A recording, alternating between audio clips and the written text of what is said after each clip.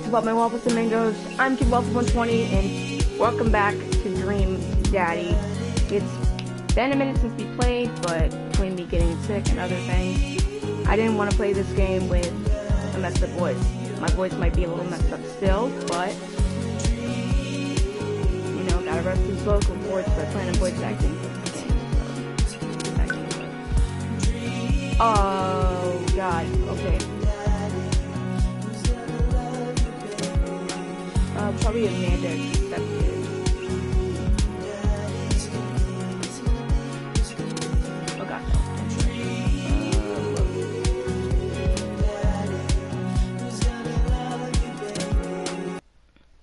You always have time for a beer with your buds. No, you don't.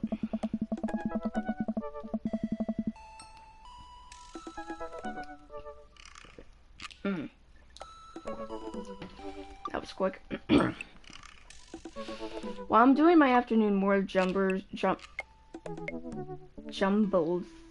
hear the mail truck pull through the cul-de-sac. What have we got any coupons today? A nice mail person slides a couple letters in a large yellow envelope through the slot. Takes a couple tries for them to get it in. Hey, my coupons! Take a closer look at the large yellow envelope. I let me knock on Amanda's door. She's probably got headphones on. Amanda! She yells through the door. What? I have something for you. I'm kind of busy right now. Can you come back later? Okay, just thought you wanted a big old envelope we got from HIA. Right. Immediately, Amanda pushes her door open.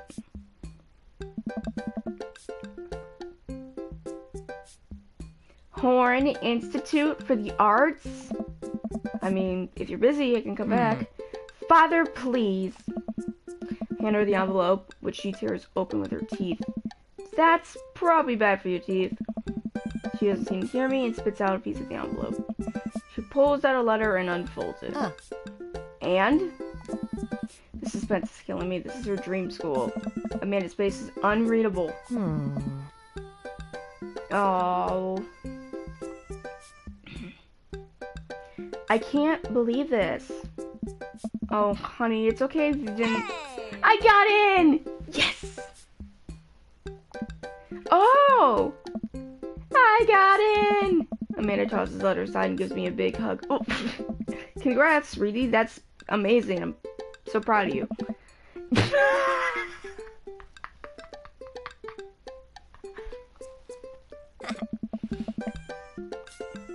She pulls away and looks at the letter again. Oh my God, I can't believe it. I really got in. Well, of course you got in. You're a great student. You nailed that interview, and your photography is incredible. Oh no. Wait, Dad.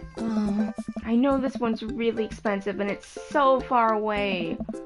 I think for a moment HIA is one of the more expensive schools that Amanda applied to, but I know she set her heart set on it for the longest time.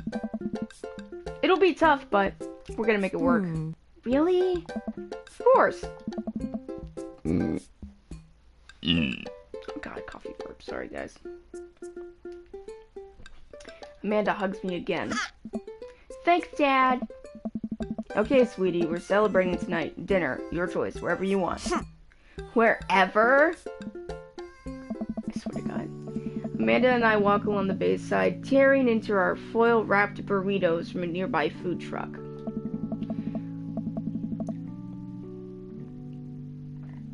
You could have chosen anywhere in Maple Bay. Cost was not a determining factor. Please, Dad, you know I'm a simple gal. Just give me a burrito with a view. Can't say I'm mad.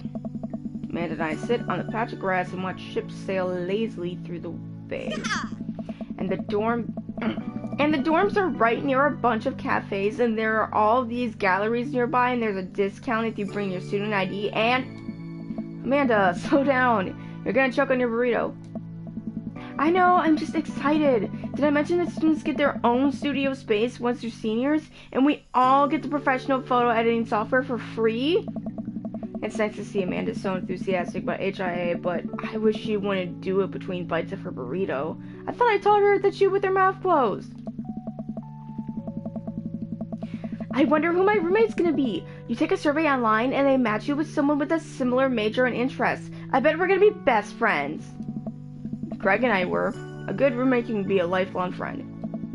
But don't even get me started on bad roommates. Oh no. I'm just kidding. We didn't have a bad roommate. Our only other roommate was a puppy that Craig brought home one night. We spent a semester fabricating a story about how our new foreign exchange student, who had a really bad cough that sounded exactly like a dog's bark. Carl ruled. Yes.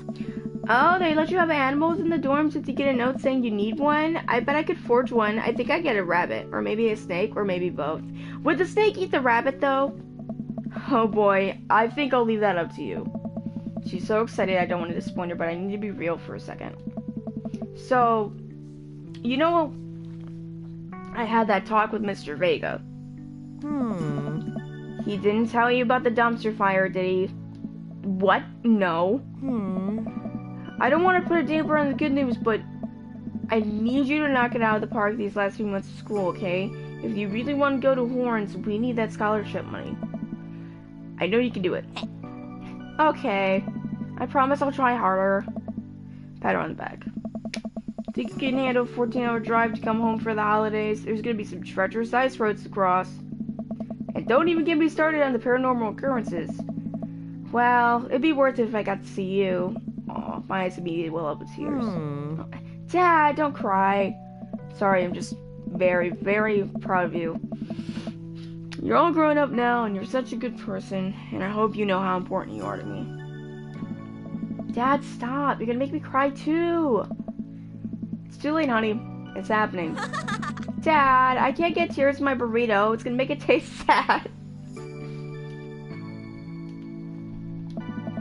I pull Amanda in for a hug and kiss her on the forehead. Love you, kiddo. Love you too, Pops.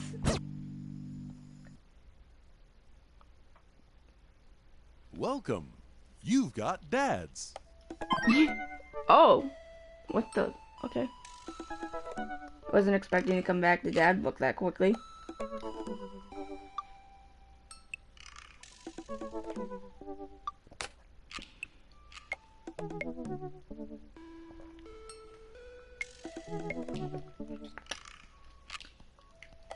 Hi, this is Steven from Dadmazon. I'm out front with your delivery. Oh, okay, yes, I'll be right out. Wait, no, sorry, I need to put on pants. I can't find my pants, but I'm wrapped from waist down in a duvet. Are you cool with that? I could come back tomorrow. No. Oh, wait, I'll be right down. I found some sensible capris. Put on pants.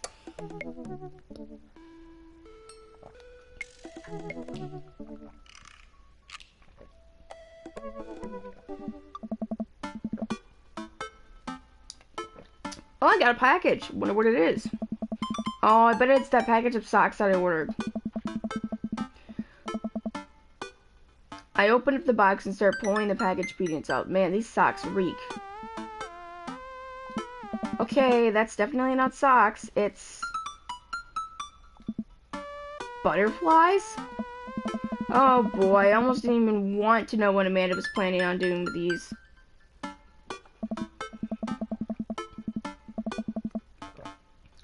Hey Amanda, your box of dead butterflies is here. What's up? Are you sacrificing them? What? You ordered butterflies? Hey. You can order dead butterflies online? Wait, so these aren't yours?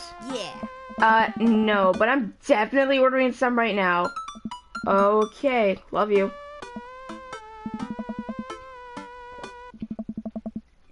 Oh, sorry about that. Oh, this is addressed to Damien's house. Of course it is. I'll bring the box to Damien. I should get over to him. Oh god. Sorry about that, guys.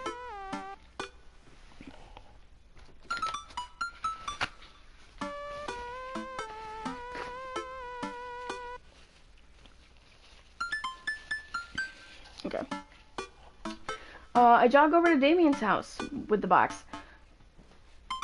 I pull back at his door knocker, but suddenly the door opens. Mr. Wolf, to what do I owe the pleasure? Whoa, how did you know I was about to knock? I don't know. Oh, okay. Anyways, I think this got delivered to my house by mistake. I hand him the, oh god. I hand him the box and his face lights up. Ah. What a wonderful surprise! I was just about to send a strongly worded letter to the courier service about this many things. Not to pry, but what are you gonna do with those butterflies?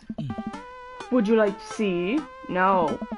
Our alarm bells ring in my head. This is how you die, Waffle Wolf. Sure. Why did I go? Oh god. Oh god, okay. Damien leads me into his study where he sets up some sort of workstation. Above his desk is a wall pinned of butterflies, moths, and beetles. Oh wow, that's really something, Damien. Oh. I'm quite proud of my little collection. You do all this yourself? Of course, I find it rather relaxing. How do you... It's simple. Here, let me show you. These aren't ready quite yet. They'll need to be rehydrated overnight, so they're easier to work with. I have some over here that are ready to pin. Damien takes a seat at his desk while I hover behind him. He picks up a little triangular paper package, snips off the edges. He pulls out an all-black butterfly and shows it to me. I'm rather excited about this one. It's a turquoise swallowtail. He gently opens the wing, spreading the butterfly on the table. The back of the wings are gorgeous, iridescent green color. Oh, and the pigment on this one is so nice too. Anyways, pinning a butterfly is actually very simple. It just requires a delicate touch. First, I'll put a pin through the thorax. I'm trying to give him an accent, but with that voice, I can't do it. Damien slides the pin through the middle of the butterfly and places the butterfly on a piece of styrofoam. He carefully arranges the antenna with four steps and begins placing paper and more pins on and around it. He does it so effortlessly, it's almost hypnotic. I have a frame here that I think this one will look quite pretty in, but I'll need to let it sit for a couple of days until it's ready. Ah, and then what? I remove all the pins and put it on display with the others. Take a closer look at Damien's collection. One with bright blue wings keeps drawing my eye. Of course it does, Waffle. It's Life is Strange reference. This one's so pretty. Damien takes it off the wall. Ah, yes, that's a blue morphle. One of my favorites, too. Ah-ha-ha! They should give a poison apple to whoever's told that bitch she could sing. Ah-ha-ha! That's basically. He hands a small frame to me. Here, I think this would look lovely in your home. Oh, I couldn't take this. I insist, believe me, I have more than enough. Okay, thank you. If you ever have an interest in pinning some insects yourself, you know where to find me. I think I'll leave that up to you. I feel like I'd probably break them in half with my butterfingers. Nonsense, you have beautiful steady hands. You would make a fine taxidermist. Thank you? Am I blushing? God, I hope not. Damien walks me to the door and gives a warm smile as I leave. Do take care of yourself, Waffle. Thanks for allowing me to share my odd little hobby with you. Yeah, just don't drink my blood, please. Welcome. You've got dads. You've got dads. Okay, I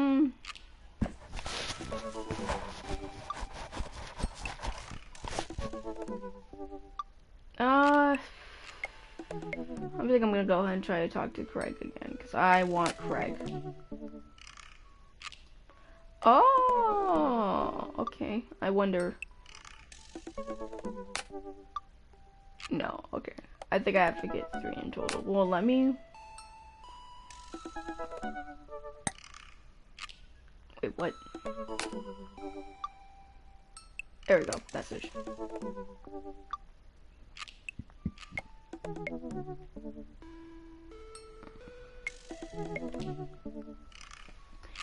Though I probably shouldn't be putting all my coins on Craig just in case there's like a thing where last minute he's like, oh.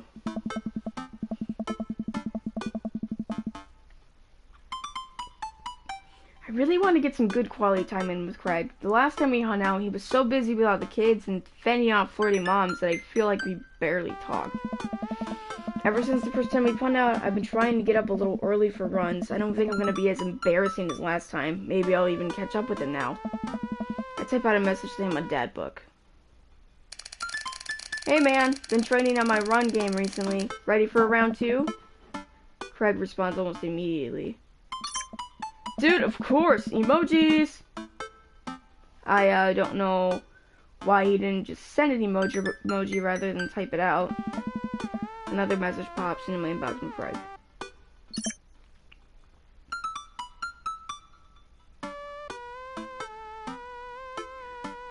Let's meet up early tomorrow morning for my favorite morning activity, brunch. Brunch. Why is it? Okay, I type back. Brunch. Brunch. What's that? You run, and then you get brunch. Oh, right. Craig and I agreed to meet in the morning, and I have a chance to spend the evening hanging out with Amanda. So, we doing pizza tonight? Again? Can't we do, like, a salad night? Dad, are you on a health kick? Not yet. I formed a committee to examine the possibility of being on a health kick. They haven't returned their findings. Dad, if you go on a health kick, then I have to go on a health kick by virtue of being under the same roof as you. I don't know if I have the constitution for that.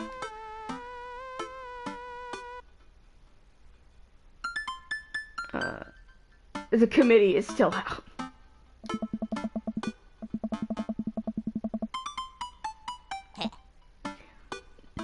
I should have read that out loud, sorry. Well, Amanda picks up the phone and stares at me, unblinking as she dials. Oh, God. Hi, yes, can I get an extra large pizza with chicken, bacon, extra cheese, and tomatoes, and a couple of garlic sauce cups?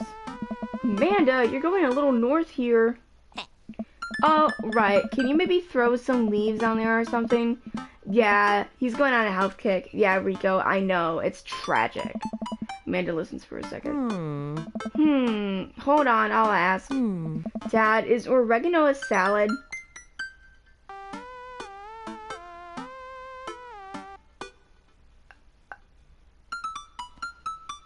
What? Okay, oh, hold on.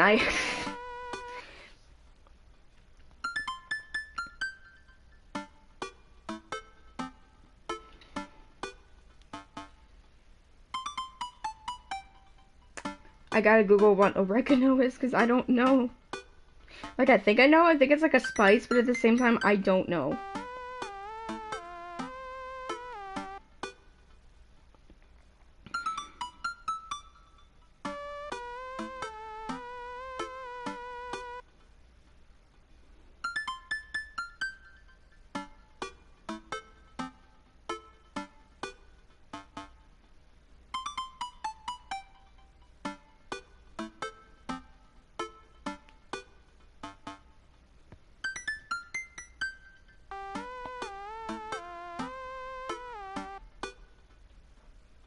Okay, yeah, no, oregano's not a salad.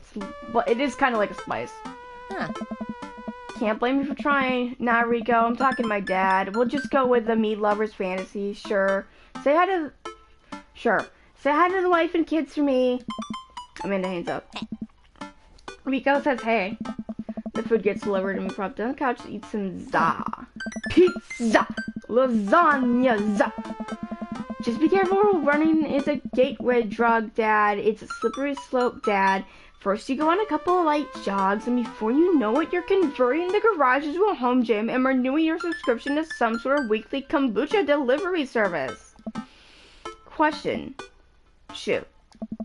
What's kombucha? Oh my god, me. Okay, so you aren't too far gone yet. Oh. I'm just giving you a hard time, Pops. I'm really happy you're running more and caring about your health. I want to keep you around for as long as possible. Thanks, kiddo. Speaking of which, I'm running with Craig tomorrow. You're going to be able to keep up with him? Hey. Probably not. We laugh and eat more pizza than is probably healthy in the name of carbo loading. I call it a night early so that I'm ready for tomorrow. When I first started running in the mornings, it was pretty hellish. Now that I'm a few sessions in, it immediately has become a little bit easier, despite it always ended up in me drive heaving over a trash can. Is that what runner's high is? Just drive heaving? I lace up my tennis shoes and throw on a t-shirt from a writer's summit I went to 20 years ago and head out. Writer's summit, that sounds like something I would actually go to. And head out the door at a moderate jog. Craig is already...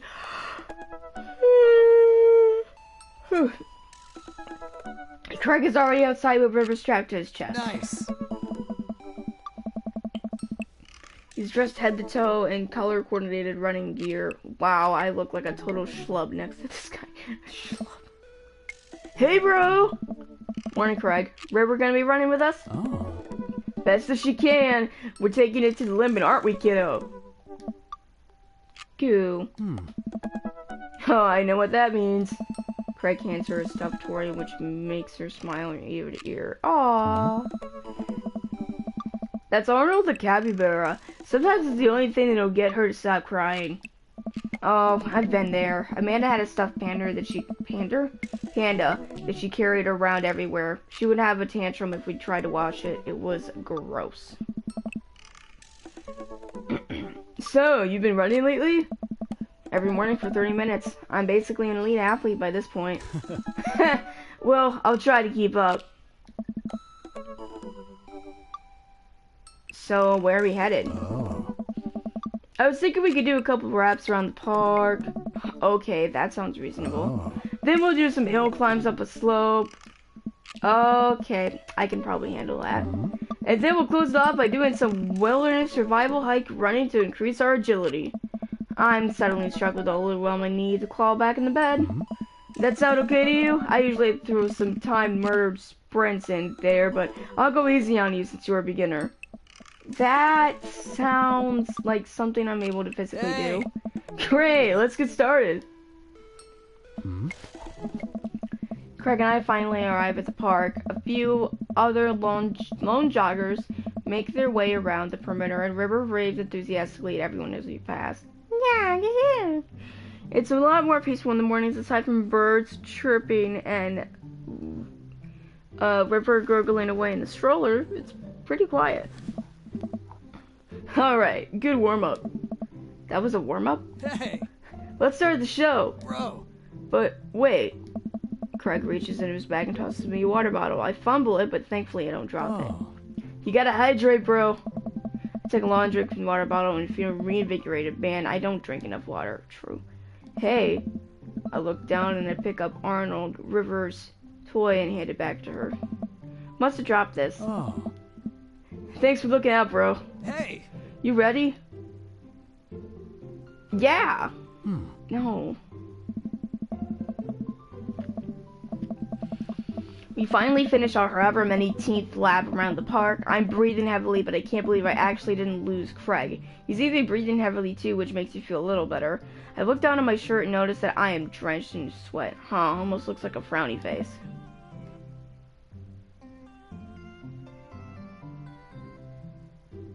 Are you kidding me? That's one, dude. What? Hey. I'm just kidding, man. Good hustle out there. I'm really impressed. You're way better than the last time I launched you off a treadmill. Yeah, man, you really pushed me to my limit just now. I can't believe I held on. Sometimes you just need someone there with you to push you to do your absolute best. I'm glad I could be that guy, bro. Who's ready for hill climbs? Blap! That's not good baby voice. Hold on.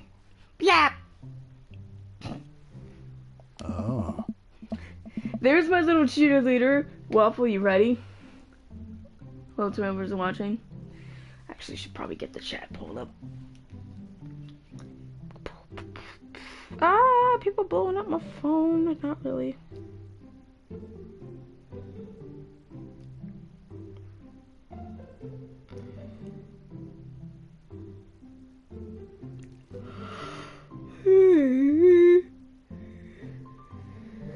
Turn the volume down.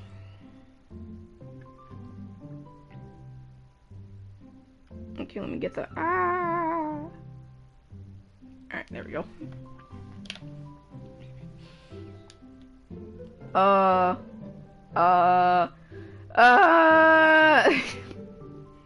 It's like that one.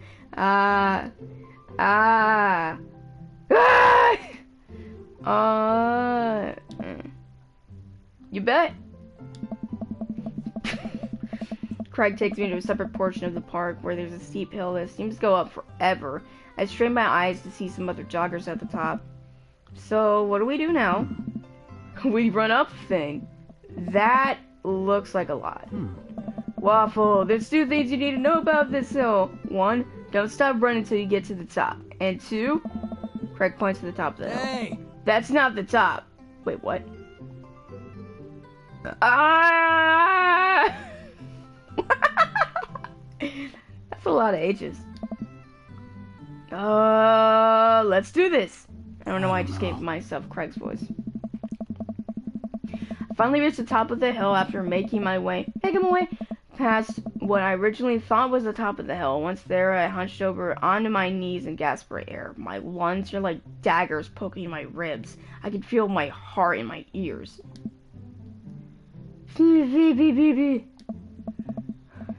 River, I'm having a moment. Please. Oh boy. Craig looks like he's taking a beating as well, so he is human. Waffle, bro. Better put your arms up on your head, stretch out your elbows. It'll help you breathe better. I do as Craig says. Feels a little better, but I'm still in agony. And here. Craig tosses me a water bottle again. I hydrated like my life depends on it. Whew. Thanks, dude. Phenomenal work. You feel that lightness in your head? That's runner's high. Oh, that's what it is. I thought it was just, you know, dying. Want to take it slow for a bit? I would like that very much. As we were catching our breath, aw, Ripper starts crying. Ah. Oh. What's wrong, Sweet Pea? Do you want to play with Arnold? Craig looks around us. Dude! Oh boy, man down. I think we lost Arnold. Oh no. River keeps wailing. Nice! I've abandoned my child's toy. We gotta find him, dude. It should be simple, right? We just gotta retrace our steps. I remember Berber last throwing at the bottom of the hill. Craig and I jogged the path, searching high and low for the stuffed capybara, which Craig takes the time to explain to me is a large rodent native to South America. We get to the place where River might have dropped it, but it's still nowhere to be found. Looks like we got a mystery on our hands. We have to get to the bottom of this. I suspect foul play. Looks like this is a prime case from world-renowned Detective Wolf. What? Oh. Dude, it's time for a bro adventure. A bro adventure! Oh. We high-five and decide to jog back to the park to see if we can find any leads. So it looks like there's a couple of places to check and some bros around here that we could interrogate. Sounds good. Hey! Wait, who's good cop and who's bad cop? I think about it for a second. Well, I think that with your stature and overall resilience, you would make an intimidating bad cop. But on the other hand, you do have an adorable baby strapped to your chest, so that softens the edge a bit. All valid points, dude. I think you would make a great good cop because of your congenial attitude and willingness to try new things. But then again, I've seen how you get when there are too many commercial breaks during a show, so you have the potential to be a scary bad cop. I don't want to have to watch Meat Hell in 3-minute segments with 5 minutes of commercials in between. And they're loud. The commercials are just too loud. I just want to watch my shows in peace without people yelling at me to buy wiper fluid and stuff. Is that too much to ask for? Hey! Case in point, man. Let's play a moment by moment. Oh. Smart. So, where to, bro detective? Oh, okay. Playground. Make our way over to a small playground at the edge of the park. A couple of kids play on the jungle gym while parents watch on the nearby benches. Over on one of the benches, I spot a familiar face. It's Joseph. I don't remember which one Joseph is. Oh, Joseph's the blonde dude. Look for clues. Craig and I, two grown adults, walk into the playground and begin to examine it meticulously for clues. There's no forensic evidence here, no stray capybara hairs at least. After searching fruitlessly for some time, we look up. All the parents are staring at us. We smile and wave awkwardly as we sink away. That didn't work. Went back to the playground.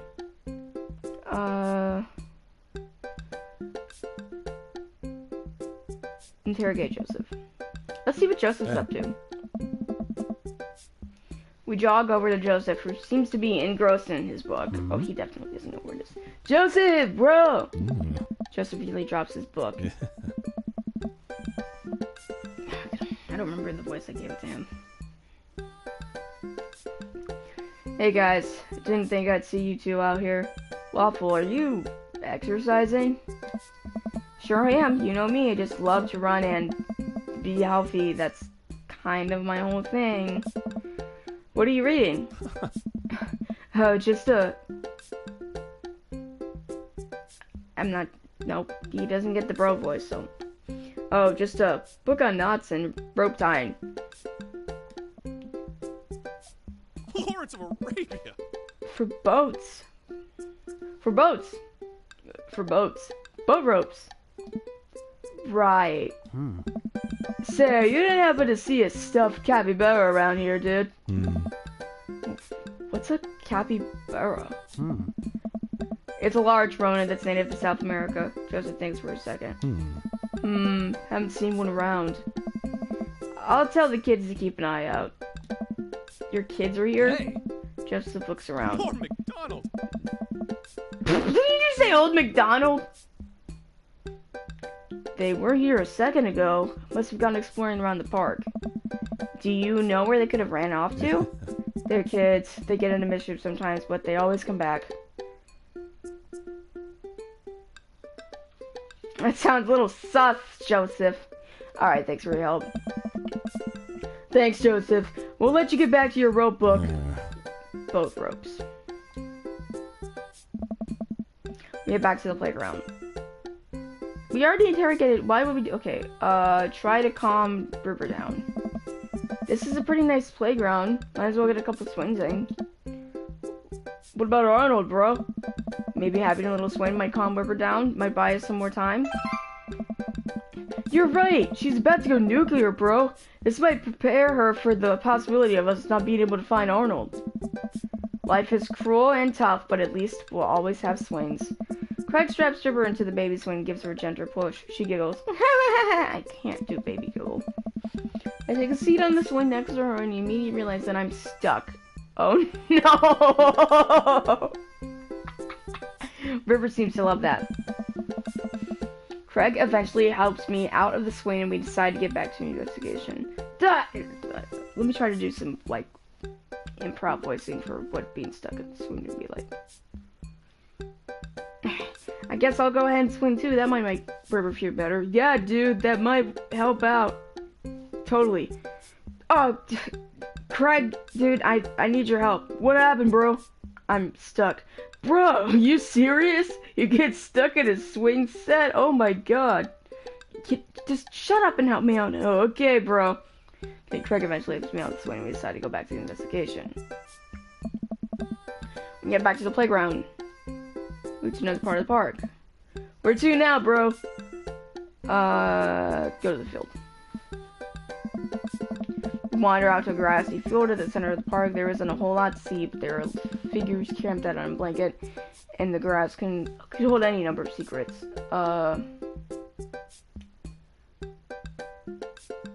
Interrogate River. Interrogate's not gonna know. Let's look for clues. Carefully form through the field, grass, flowers. You can't seem to find much besides a couple of ladybugs and a nickel. While I'm looking, Craig calls me out from across the field. Waffle! Oh. I jog over. Craig is kneeling in the grass, inspecting something. I approach, my heart in my throat as I lean over Craig. I see it. This is Arnold's leg. I put my hand over River's eyes. No one should have to be subjected to this senseless violence. My god, who or what would do this? I don't know. I don't know, man, but I think we might be dealing with something beyond our grasp. I can't look at this anymore. I turn around trying to wipe the image of the stuff and strew them across the ground from my mind. We're running out of time, man. We may already be too late. Bag and tag it. Let's keep moving. We maneuver back to the field. Matt and Carmencita. Let's talk to Matt and his daughter. Carmencita spots us from across the way. She's sitting down with her dad on a sunny green patch of grass. We jog over. Hey, dudes. Hey, bro! We just sat down for a picnic. Want some snacks? Got anything to increase my glycogen reserves? We have apple slices. Thank you very much, tiny bro, but I should be fine. You guys working out? Good day for it. Yep, I'm the picture of health and athleticism. Nice. Good transition, Waffle. So you haven't seen a stuffed capybara around here anywhere, have you? What's a capybara? It's a large rodent that's native to South America. Wait a second. How did you know what a capybara is? You wouldn't happen to have had hands-on experience with one recently, would you? We learned about capybaras in the 4th grade. I think it's more suspicious that you know what a capybara is. Oh my god, what if I took Arnold? What if I'm the culprit and I just don't remember? I quickly check my body for any poor words I might have kept on my person to remind me. I saw a memento once and I'm pretty sure that's how it worked. Nothing. But what if that's what I wanted myself to think? No, Waffle, don't let them win. I check out the thought. I saw a couple of squirrels over by the tree, though. I don't know if it helps, but if you want to see some cute squirrels, you should definitely check it out. I don't know. Thanks for the hot squirrel tip, Carmencita. Oh. Well, we better get moving. Gotta find that capybara before River here has a breakdown. Hey. Good luck, man. Let me get some apples for the road, though. Carmencita hooks me up with some road slices, and we're on our way. We maneuver back to the field.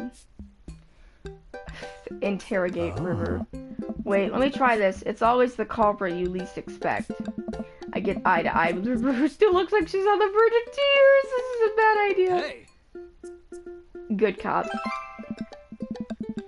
Hey, sweetie, believe me, nobody wants you to find your capybara more than me, but we need more clues, and I think somewhere in that baby brain of yours, you might have something that'll lead us to the perp. So, what do you say, kiddo? Meh. I turn to Craig. We're getting nowhere with the witness.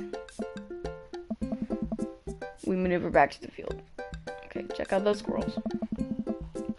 Where did the suspects say the squirrels would be again? The tree. Oh. Ah, there they are. Carmencita was telling the truth. These are some rad squirrels. River seems to be happy and this might have brought some extra time.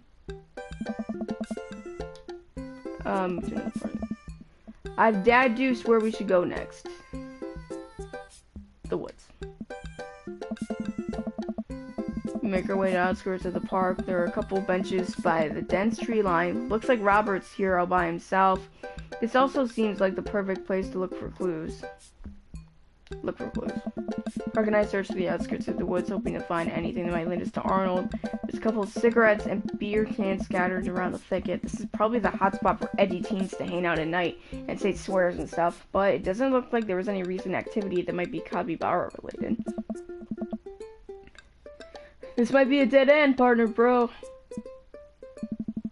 We return to the woods. Interrogate Robert. Maybe Robert knows something? We walk over to Robert's bench. Hey, Rob. Oh. Don't call me that. Okay. Hi, Robert. Don't call me that either. Okay. Hey, buddy. Huh. What are you up to, bro? Oh. Thinking. This is my thinking bench. I have to get a solid 2 to 3 hours of brooding in per day, filling quotas. Have you by any chance seen a small stuffed capybara around? A capybara is... It's a large rodent native to South America, I know. Oh. So, have you seen one? I... A stuffed one? Not a real one. That would be weird. Good cop.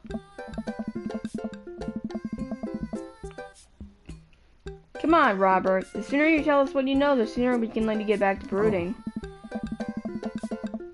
Bad cop time, Robert. If you don't help us, I'm gonna have to put you in a headlock. Is that a threat or a promise? Whoa, slow down. Back off. Okay. Return to the woods.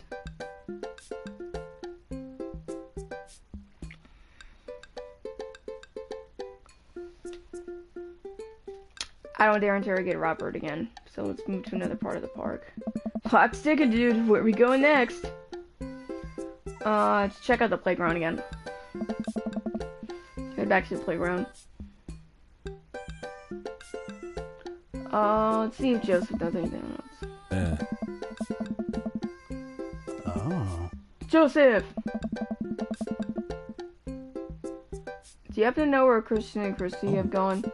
They're kids. They get in mischief sometimes, but they always come back. Sounds a little suspect, Joseph. Mischief, you say? Ooh, cracker barrels. Ooh, crackers!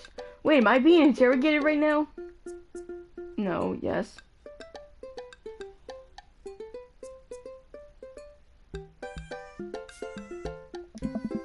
What are you hiding, Joseph? Whoa, kind of getting third degree here. This is serious. There's a capybara on the line. I mean, you're more than welcome to ask Christian and Christy. I imagine they have their ears to the ground on all the latest playground drama. They might be somewhere around the woods. Thanks, Joseph. We'll let you get back to your boat ropes. Okay, so now we gotta go back to the woods. I'm starting to put the pieces of this case together, or I have an indigestion. We better keep moving. Head back to the woods. Return to the woods. Joseph's twins must be around here somewhere. Interrogate Robert. Time to go Robert again. We walk over to Robert's bench. Oh Christ, what now? Good cop. Oh, come on, dude. Oh. Headlock, is that the Oh. promise? Whoa, slow down. There. Back off. Okay, let's try that again. River's screeching is louder than ever. I'm exhausted. Craig is exhausted. Ah, buddy, I got a rain check on brunch. I need to get River home and calm her down. Alright, good luck, bro. Thanks, bro. I head back to the cul-de-sac, alone and head inside the house. Got him ready for a shower, a gallon of water, and a nap. Bet Amanda's still asleep. I crack open the door to find her still in bed, sleeping, scrolling through her phone. Morning. Afternoon, actually. Right. How was brunch?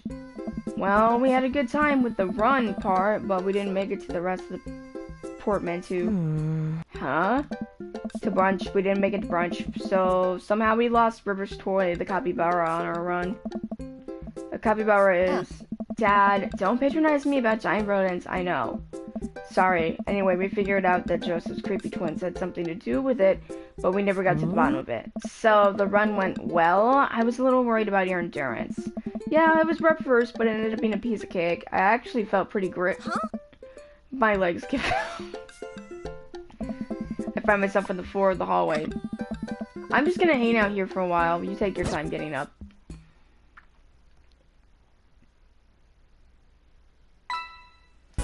Date complete. Bowling. Good form out there. B. Aw.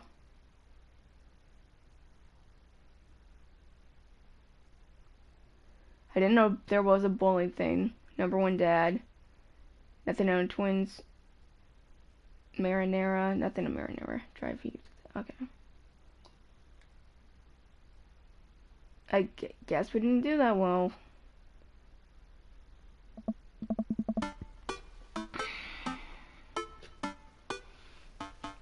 Wow, it's been a long day.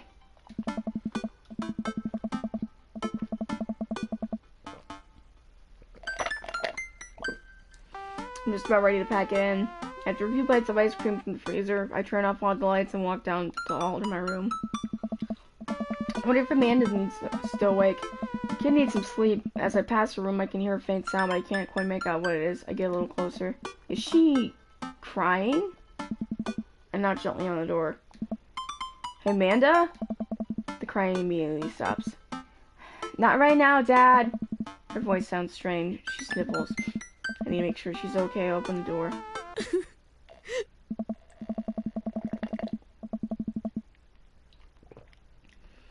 In the dark, I can see Amanda's outline in the middle of her bed, knees hugged up against her body. Amanda! Is everything okay? I don't want to talk about it.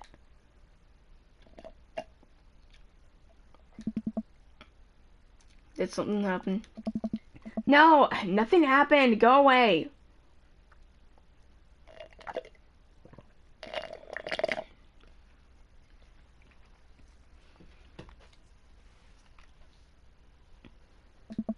Amanda, get out. Okay, okay.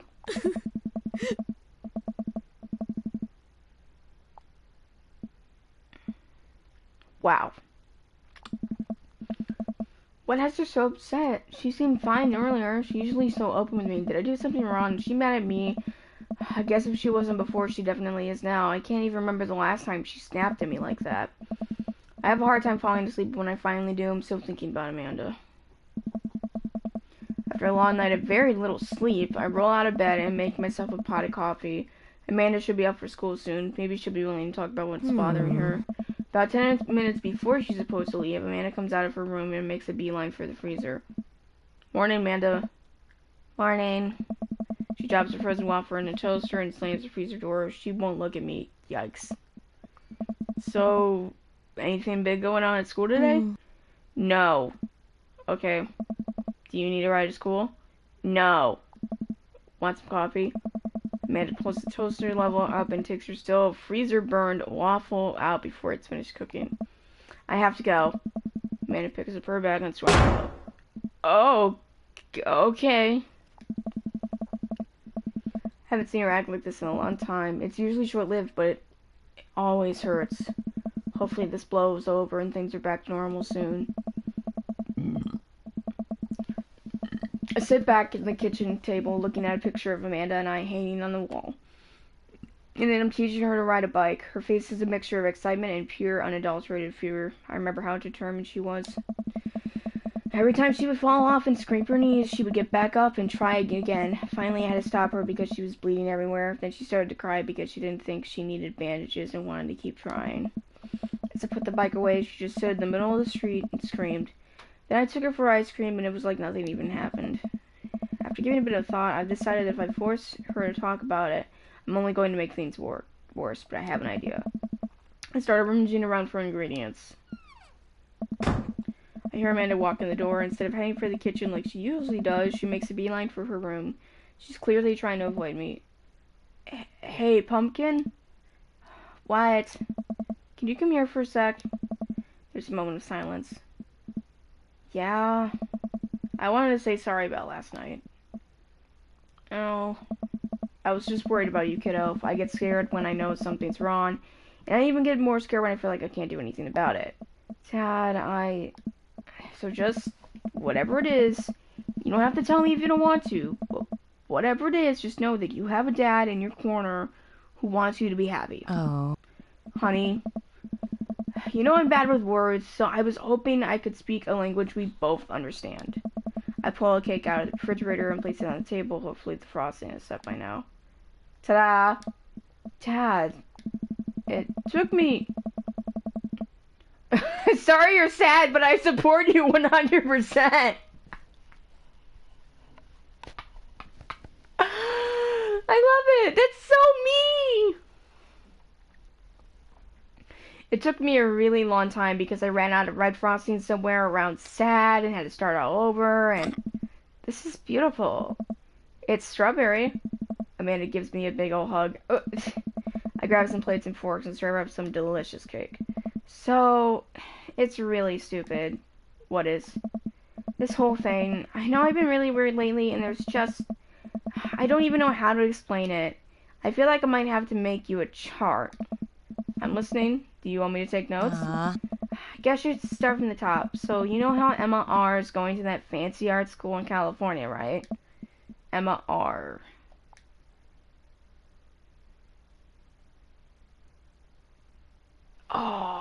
which one she is.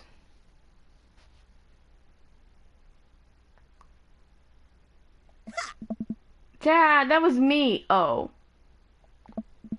What? I thought you were... Dad, are you doing okay? I'm legit getting worried. I've been doing a lot of gluing and varnishing in unventilated spaces. Carry on. Anyways, ever since she got acceptance letter, I've been feeling like she's drifting away, you know?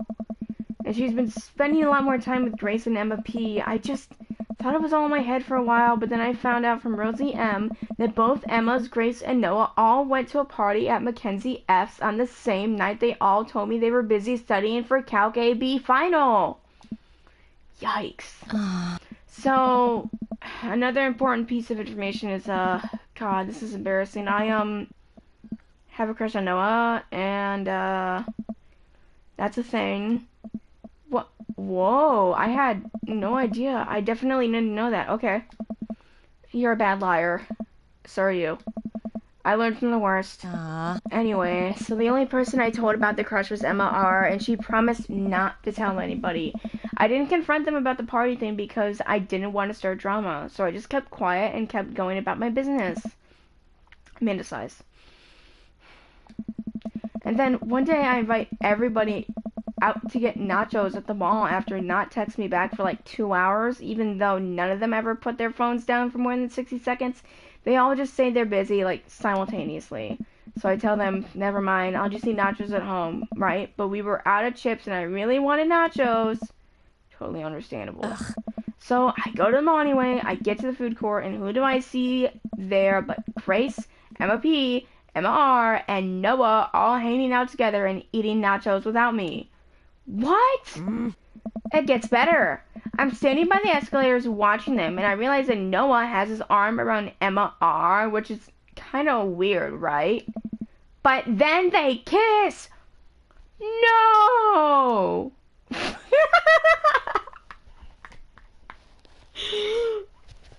Oh, I love it when I accidentally guess what my character's gonna say next.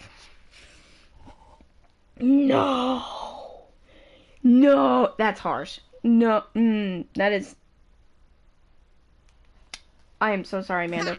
Yes, I know. So I storm over there and I'm like, hey, and Grace drops a nacho on her shirt because of course she does. And Emma R just like glares at me. Grace, nothing's coming up. I don't know who that is. Grace is the gossipy one? I know. Yes.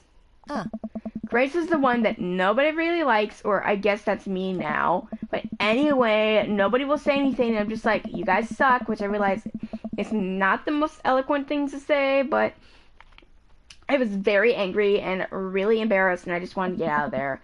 So I left without nachos, might I add, which only further contributed to this shitty day, and immediately drafted a super long text to the group chat asking them why they've been so weird.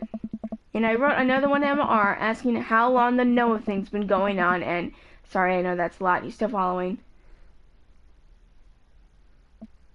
What did MR say? Oh, okay, get a load of this.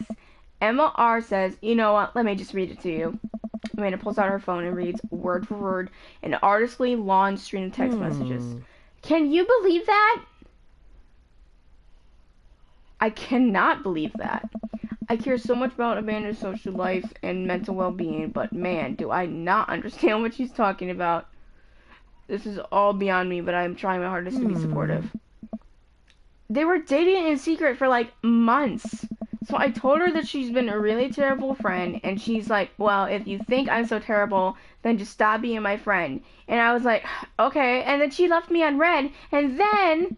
Wait, left me on red? What's that? Oh, like, she saw my message and didn't reply.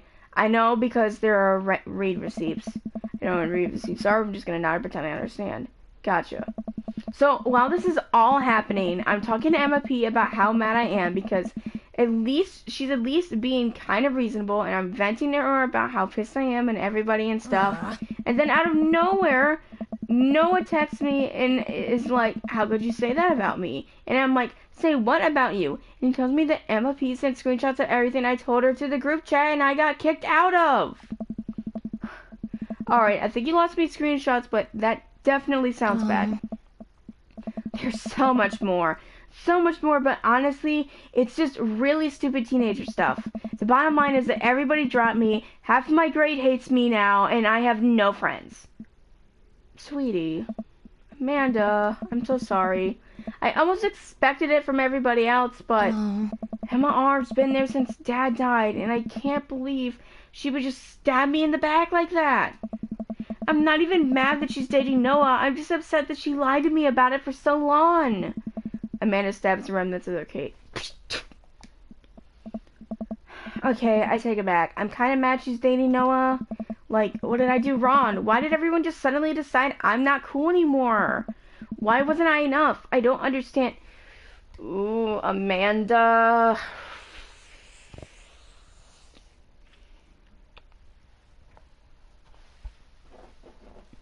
Amanda, why? I'm relating to you so hard right now. And as mad as I am at everybody, like, I miss them, Dad.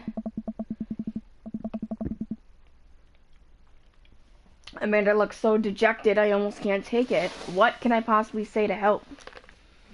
So give me a second, guys. I gotta grab something real quick.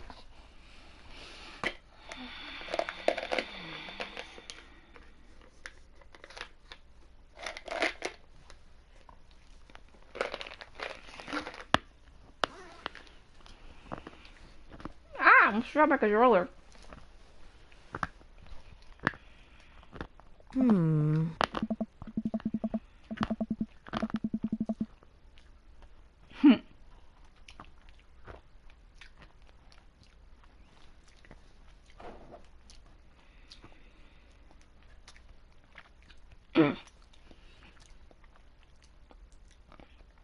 Anyways, that's it. That's the whole sordid tale. Thanks for listening. Tune in next week for more hot gossip. Wow. I know, it's pretty dumb. It's not dumb. No, it's a stupid thing to be upset over. Amanda, your feelings are real. Don't ever be mad at yourself for having feelings. I guess. Unless you've secretly been a robot who's been approximating human feelings this whole time. Dad, if I was a robot, I would have transformed into a monster truck a long time ago. But seriously.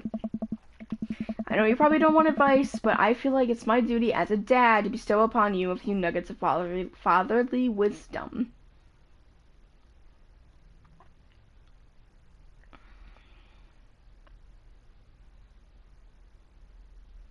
Oh God, I don't know what to say.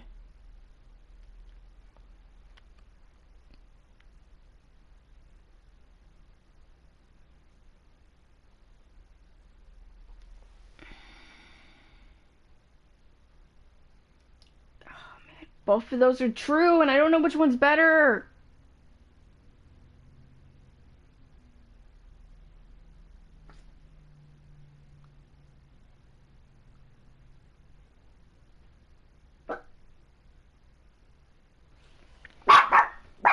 Sorry about the doggo.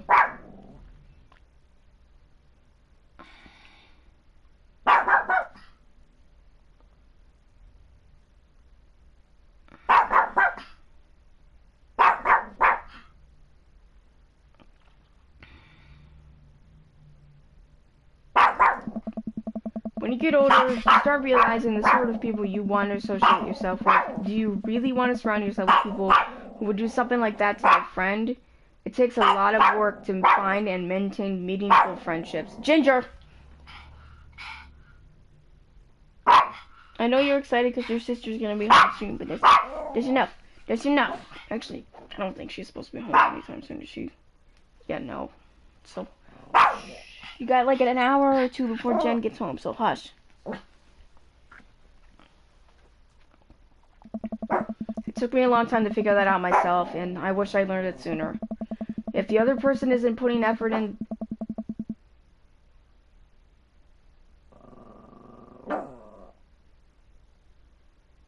Oh, God.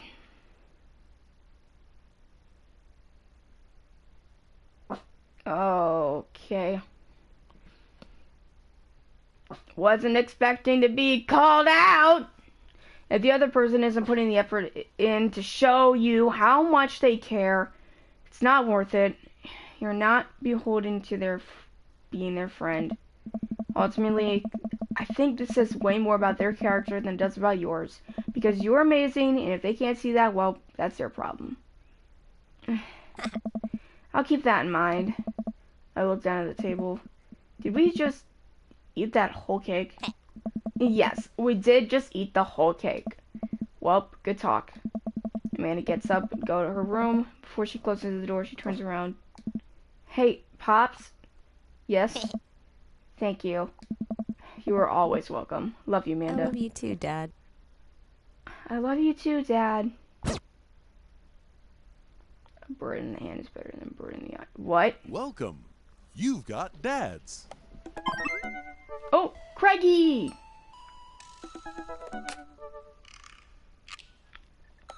Hey, buddy. So, I have a favor to ask.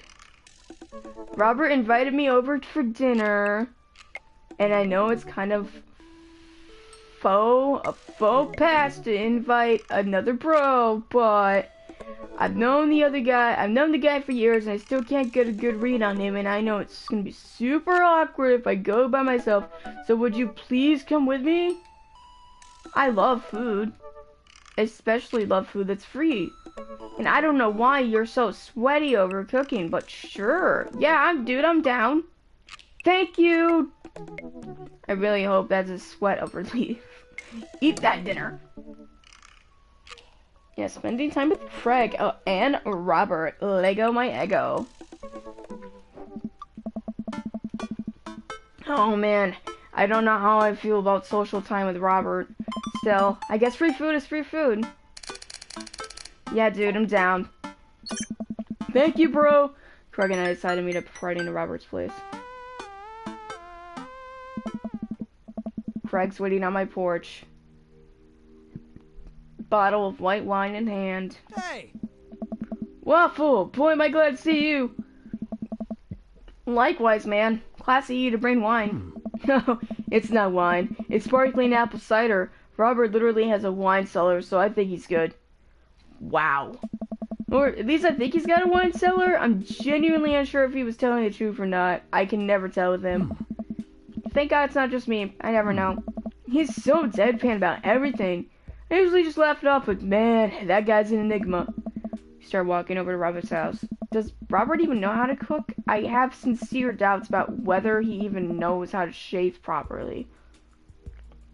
Or iron his shirts. I feel like you learn to cook after you learn those two first. Bro!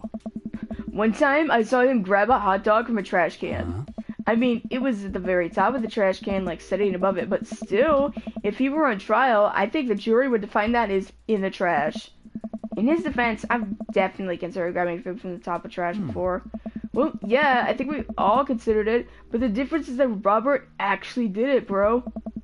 True. Maybe he's enlightened one, but maybe we're holding ourselves back. We arrive at Robert's house and ring the doorbell, but the doorbell won't chime. Must be broken. Craig knocks on the door a few times. Hey, bro, we're here. Since when does Robert have a dog? I don't know, man. That's weird. I can hear Robert just inside. 1 second. This is uncharted territory, Waffle. What if he's the one making barking noises and there is no dog? Don't say that. We're not even inside yet.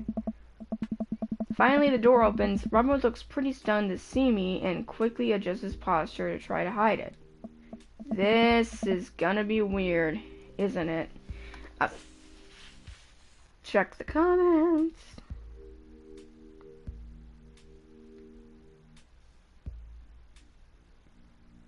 Bruh. Craigie Raggy.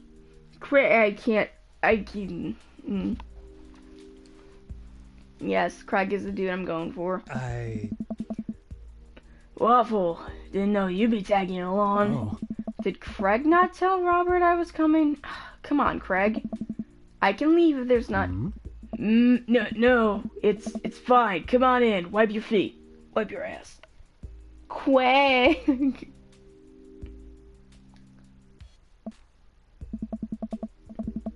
We enter Robert's living room, which is a lot more inviting than I remember it being. Well, that's because last time you were in there, you were suffering from a hangover and after sex. Make yourselves at home. We can still hear barking from the other room.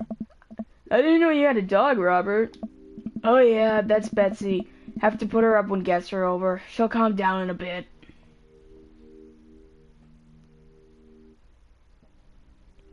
Nate wants to battle, baby. Oh, is Nate wants to battle Robert or Craig? What kind of dog is she? Pitbull. Rescued her from a dog fight I ran a few years back. She hates strangers. If I let her out right now, I'd probably have to take you both to the ER. Craig and I make eye contact. He raises a brow at me. Oh, okay. Oh. But, I gotta go finish dinner. Made asobuco. What the f...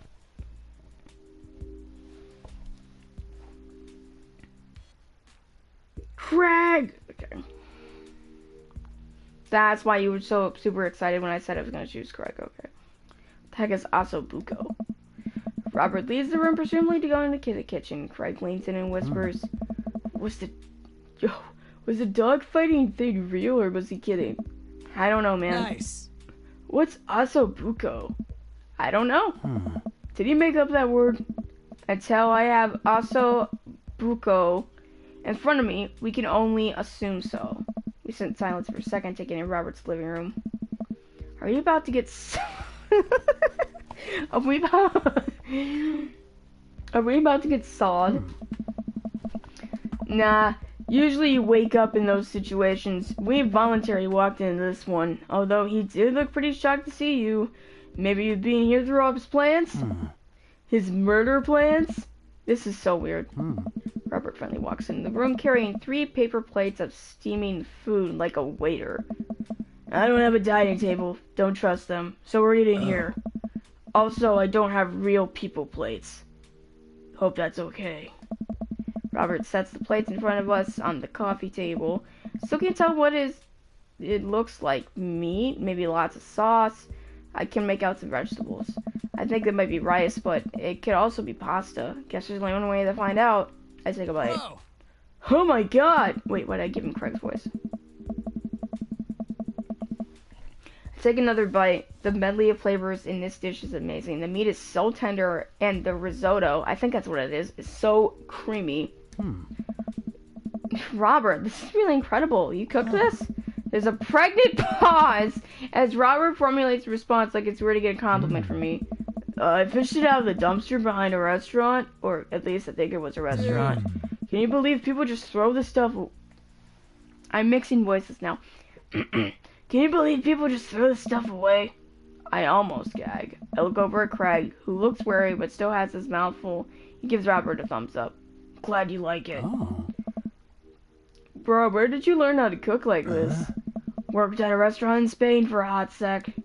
Is he messing with us? I decided to play along. You live in Spain?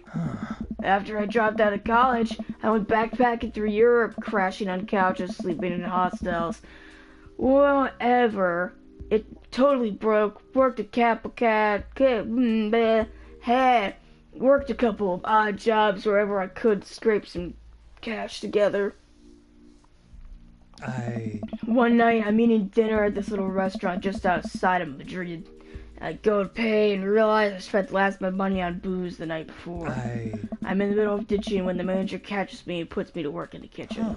Long story short, they ended up liking me so much they offered me a job. Why not, right? Started living with some distant relatives on my mom's side. Over the course of 2 years, I worked my way from busboy to sous chef, learned a lot. Craig and I wait for the punchline. What night watchman did he swindle to get back to the States? Who did he con in a game of poker in the back room? Bubba, speak safe for safe package in the crew quarters of a cargo ship. Dot dot dot. Dot dot dot. Anyway, I still love to cook. I don't know what's real anymore, but this food's so good I kinda don't care. Plus Robert is actually talking to me like we're 2 people in the same room, so I guess that's nice. That's amazing. Hmm. It really is. To be totally honest, I wasn't exactly expecting gourmet cooking here, especially not served on paper plates. I don't care about presentation. The food is good, it should speak for itself. This ossobuco is, what's it? Ossobuco? I thought I was calling it ossobusco. Anyways, it's screaming for itself. And paper plates are just as good as regular plates if you double them up. Hey, is it bad if I ask for seconds? Hey. No problem, but save room for dessert. I made lemon berry severin. Ooh, yes. Well, aren't you just full of... Craig looks over at me. Hey! Surprises. Robert winks. Oh. You bet I am. Threesome.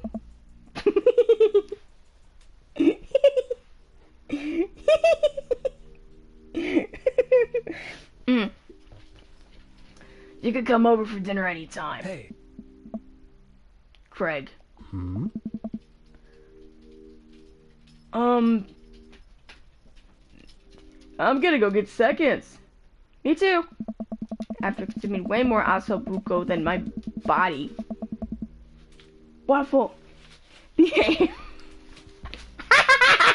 You what? You had to show up right when I made right when I made the threesome joke. Oh my god.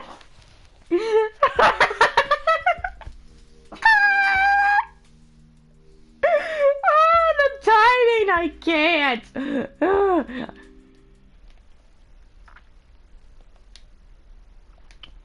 Okay. Whew. After consuming Ginger. After consuming way more ossobuco than my body could handle, and then really ensuring a later food coma with generous serving of whatever Severin.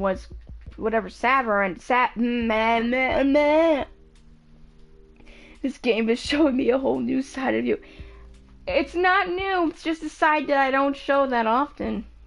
Severin was Craig and I decided to head out. Thanks for coming. I'm making an attempt to be more social. Something tells me he's not going to follow through on that. Man, if you have me, I'm here. Especially if there's ossobuco involved. I screwed that up. Welcome. You've got dads. Let me play Dream Daddy, I said. It would be fun, I said. I didn't realize all the reading I would have to do. Okay, let's check Craig. We got 2 hearts? Yeah.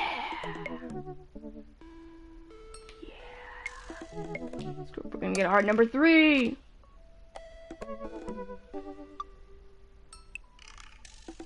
Oh.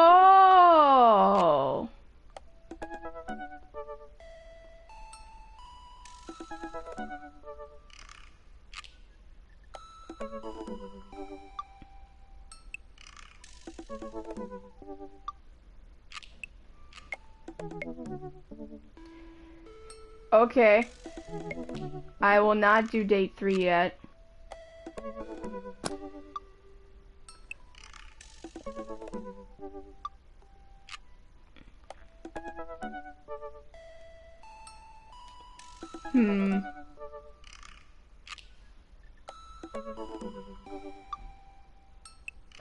Do someone else or you're gonna stop here. Okay. Hush, Ginger.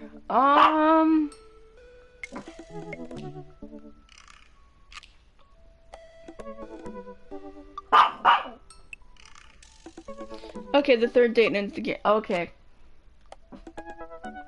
Alright, let's go ahead and talk to Robert.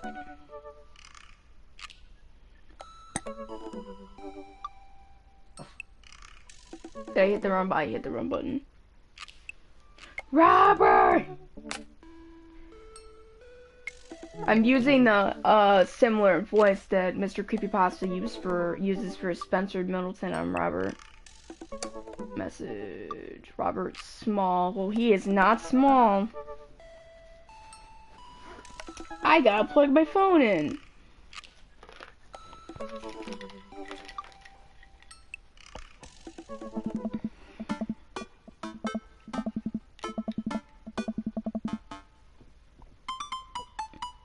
Dan Abadan. Okay. Robert is pretty nice. A little odd, but nice. And ruggedly handsome. We should hang out. I type out a message to him on Dadbook. Hey Robert, good seeing you again at the cookout. Wanna grab a drink? I sit there for a couple seconds hoping he'll message me back. Oh god. Oh no. Oh no. Oh no no no no. Nothing. Hey, it says that he read my message.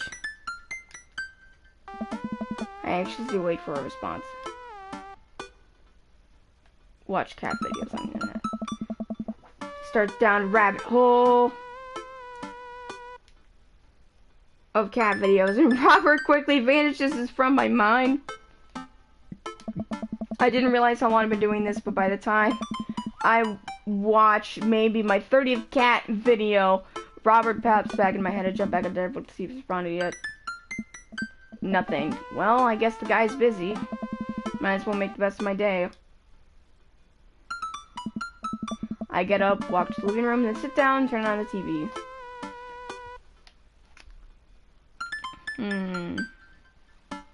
Game show.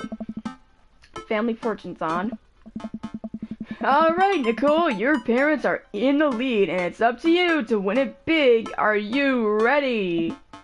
I'm ready! Then hook the contestant up to a lie detector in front of her parents! Who is your favorite parent? My mom? Oh, sorry, that's incorrect. Next question. If both of your parents were hanging off the edge of a cliff, which would you save? This is terrible. I love it. I lose several hours to whatever the hell that was. Sighing, I get up and walk around the house. My stomach rumbles. Time for lunch, huh? Well, I guess it's time for old Chef Wolf to cook a gourmet delicacy. I walk over to the refrigerator and open the door. Mustard jar. Ew, make a sandwich. Make a sandwich in its entirety while standing there. Who needs plates? The sandwich, a lost art. Admire my work for 2 seconds before I clumsily drop the entire thing on the floor. Me. No! Look around and remember that Amanda's not home. This is so good. 5-second rule, right? I reassemble my sandwich, peeling pickles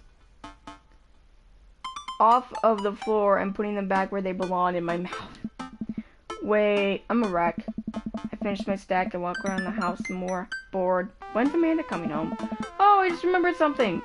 When we were packing up the old house, we found a basketball hoop that would hang off a door, and it would really bring the living room together. I wonder where I put that.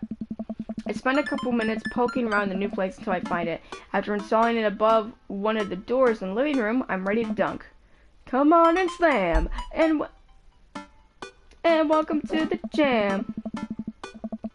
I take a leap from the free throw line and rocket that sucker down the net. The crowd goes wild.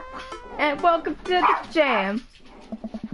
Pull up from the 3-point line, breaking ankles and sinking a fadeaway. And I forgot the rest of the words of the song, but actually I didn't, because it's actually on my playlist for work. Hey, you, what you gonna do? Hey, you, what you gonna do? Party people in the house, boy JCI. So, okay, no look behind the back shot hook. Everyone's on their feet. Something, something, Space Jam. Come on, slam, and welcome. I've managed just to barely defeat myself at horse before Amanda comes home. Then we cook dinner together. We're proud of ourselves for not even coming close to burning down the house. Afterward, Amanda and I dig into a carton of ice cream over an episode of Chopped Toddler Tournament. What you have in front of you is a molecularly deconstructed sweet potato with a brown sugar, demi-glace, and creme fraiche, of course. This is literally a jar of baby food. The toddler immediately burst into tears. Are we bad people for watching this? Yes. After a few more episodes, Amanda goes to bed. Night, Amanda. I checked my computer one last time. Still nothing from Robert, but it says he read my message. Is he ignoring me? Eventually, I climb to bed and get some rest, but I still can't stop wondering why Robert won't message me back. What?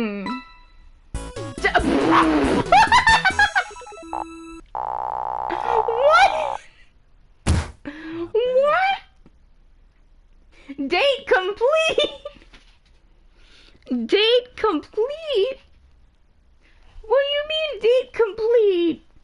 You wanna know what's on the bed, Ginger? You wanna know what's on the bed? Date complete? There was no date. Okay. Welcome.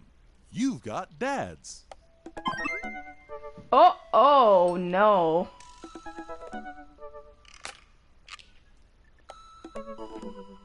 Hugo and Damien. Hey, are you up to anything tonight?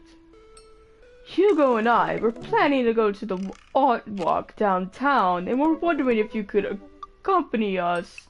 If you would care to accompany us. Ignore my bad English. I would normally write a letter longhand, but I've run out of distressed parchment paper. Whoa.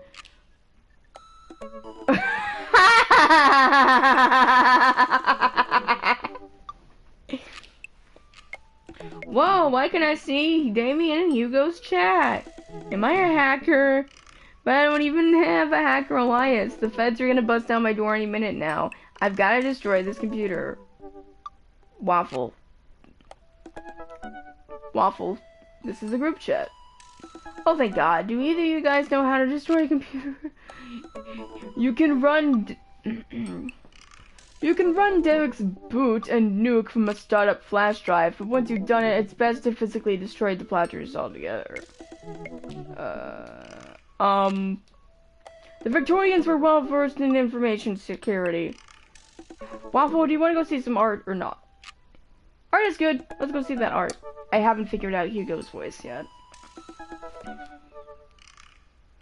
I mean, I did, but I forgot what I... Damien and Hugo invited me to the monthly art walk in downtown Maple Bay. Hey, there was an art walk in Abilene when I went to Abilene in 2017 to visit an online friend of mine. They had like an art walk. And it's funny, at one point, so the person that I went to go see was someone that, they were the person that inspired my username. So one of, her friends went, "Hey, Waffle," we both responded. I've never really been to one of these before, so I'm not quite sure what I'm in for. I think that I'm a bit early.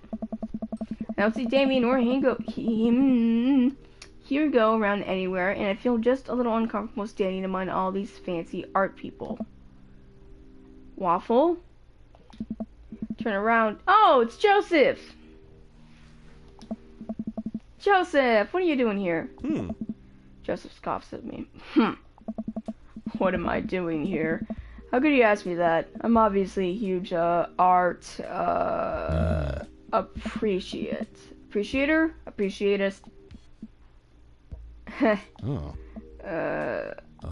Okay, fine. Damien invited me to this art walk thing, and I'm guessing he invited you too? Yep. It made me a little out of my depth here. Thank God, I thought I was gonna be the odd one out. Are you allowed to say that? Say what? You know. Thank God. Yep. I actually get double points when I say it since I'm a minister. Right. The points get you into heaven, that's how it works. Anyway, where are the guys? I look and spot Hugo and Damien, who seem to have just arrived at the gallery. Good eve. Evening, friends. Oh. Who's ready for some art? I have no idea what I'm in for. Same. Hey. All you have to know is that if you're ever feeling overwhelmed, there's genuinely always a table that has free wine and cheese. I like art now. I've got the table in my sights. Now, if you excuse me, I'm gonna go help myself to some tiny wines.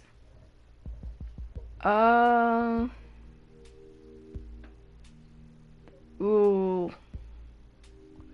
Do I want to do the art or do I want the cheese? I feel like it'd be rude to go straight for the cheese considering they invited me, so I'll go ahead and talk with them first. So, what's this first place? Oh, this particular artist specializes in landscape paintings of various locals within the American Northeast. I look at the art. It is red art. At the risk of sounding uninformed, do all these landscapes look like butts to you guys? Oh. Damien and Hugo lean in and examine the paintings in earnest. It would appear as if you are correct. Valid assessment, Waffle. Hey, this art stuff's pretty easy. Oh, it gets more complicated. And sometimes the butts are more symbolic, sometimes the butts are metaphors, sometimes art is about the butts they don't draw. Interesting. Joseph returns to her group with tiny cheese and wine. What I missed? Hey. Butts. Shame. The cheese is nice, though. Shall we visit the next place? I'm screwing up my voices, dude. We leave the first gallery and walk a few minutes before we reach another one. This gallery is a bit more crowded. Huge paintings of... I'm not even sure what hang on the walls. Oh, jeez. What am I looking at here? Hey. This is abstract art. I think the more important question is, what does this mean to you? I stare at the painting, concentrating hard as I can on its meaning.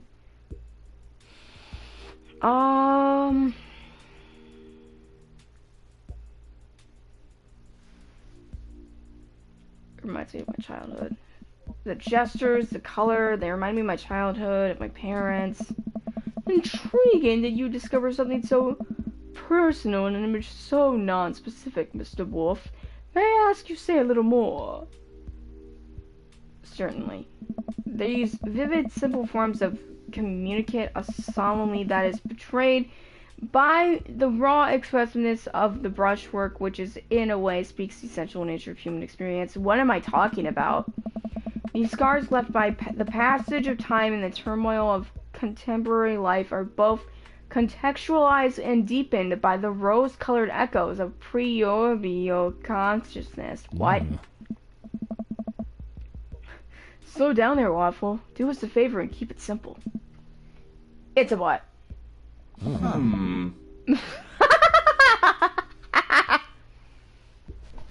Everyone else stares at the painting.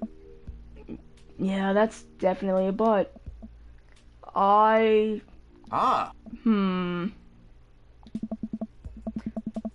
a valid assessment, I can't help feeling your initial judgment may be closer to the artist's intentions. Maybe you're underestimating how much the artist liked butt. You are a servant of the Lord.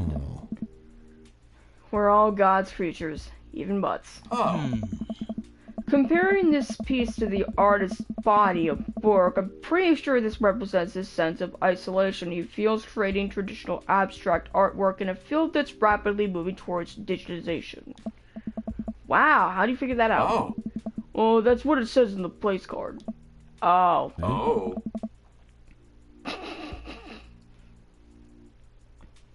Let's look at a few more of these. Walk around the gallery, sampling some of the artist's work. I almost hate to say it, but abstract art is kind of growing on me. It's interesting that the artist chooses not to let their work be defined by, what's the word, realism? Realism. After looking at one of the paintings, a patron scoffs loudly. Psh, I could do that. Oh. Excuse me? Ha! Hugo, not here. Ah. No, come back here. The patron walks away, not noticing Hugo fuming right next to him. Oh. You say you could do that, but you didn't. You don't seem to have the intellectual depth or artistic skill to execute a piece even a fraction as impressive as this one. Art is the truest expression of self, and it seems like your self is bad, so your art would be bad. Hugo's mental game isn't the best, but there's definitely not denying his passion. Damien is holding him back at this point. No. Friend, he's not worth it. Hugo manages to cool down. He soothes his jacket. I'm sorry, I just love art very much. We know, buddy. I pat Hugo on the shoulder. You know what eases the mood? Is it the cheese? No. Oh.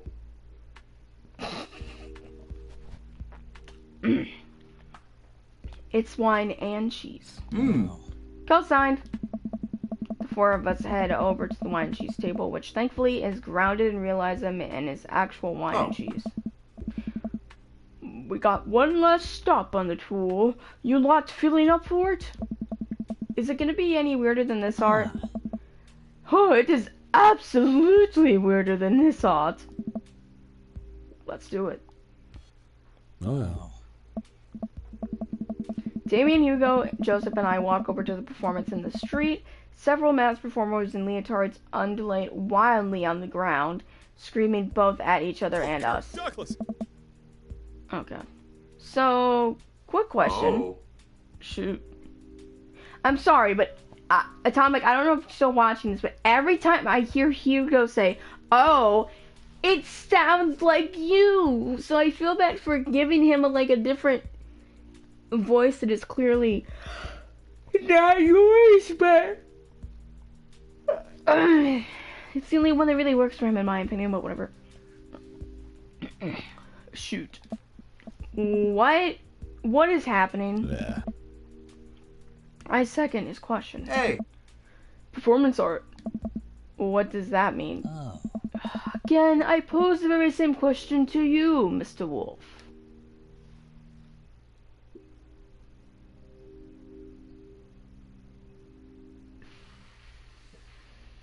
Fear of existence. What do you think you're trying to say? I believe it's less about what they're saying and more about how they're saying it, why they're saying it.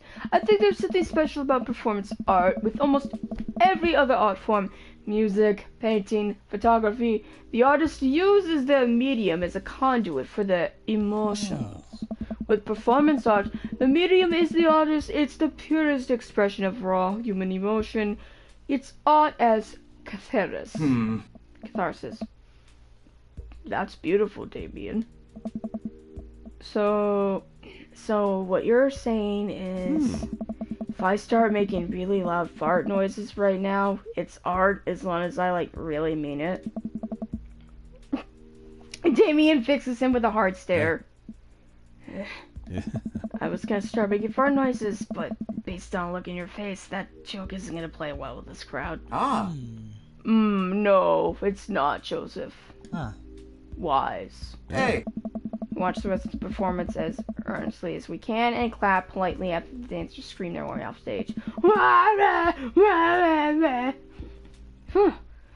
think I'm gonna audit art. Agreed. We all decide to walk home together. We make our way back to the cul-de-sac, tiny wine, tiny cheese sloshing around in my stomach. I think what I've learned tonight, and not from just what I'm learning about the art, which was nice and extremely informative, but what I learned tonight is that when you put a bunch of tiny wine and tiny cheeses together, it eventually becomes regular wine and regular cheese, followed by too much wine and too much cheese. The tiny cheese lulled me into a false sense of security. I felt safe with the tiny cheese. Wax wings too close to the sun. Oh. Cheese wings. Cheese wings, those would melt in the sun too, and I feel like it's more appropriate imagery. Plus, it'd be delicious. A nice menthaler possibility. If you guys were painters, what would you paint? I actually dabble in oils. I mostly paint landscapes. I'm not very good, but it is a nice way to pass the time. Oh.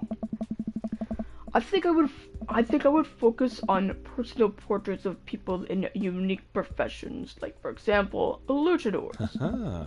I think I'd paint boats, seascapes, maybe some lighthouses, mostly boats.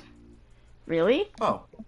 I'm surprised you're choosing boats in favor of a long history of religious imagery and artwork. Oh. What? Boats are cool. What about you, Waffle? Tasteful nudes of the artist, bruh. Nah, I would go with food art. I'd probably still do still lifes of various foods, bowls of fruit, maybe some bread in there. Would there be cheese involved? See, I thought about that and no, I can't stare at a pile of cheese for 8 hours without eating some of it, and that would ruin the whole thing. Excellent point. Finally get to the cul-de-sac. Oh. Alright, boys. Good art. Good art. Agreed. Oh. See you guys around? Whether you want to or not, we're all neighbors after all. Hence, I deal with my inevitable cheese over. Welcome. You've got dads. You got dads.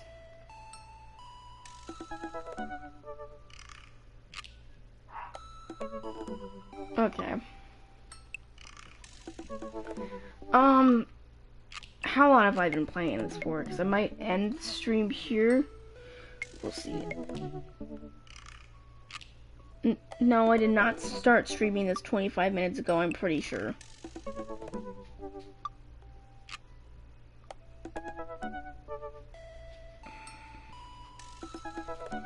Oh, you've only been streaming for like an hour? Really? Huh. Okay. Oh, what time is it right now? Oh, okay, it's almost 2. I think I'll keep going until around like maybe 2:30? Maybe? We'll see how I feel. My, oh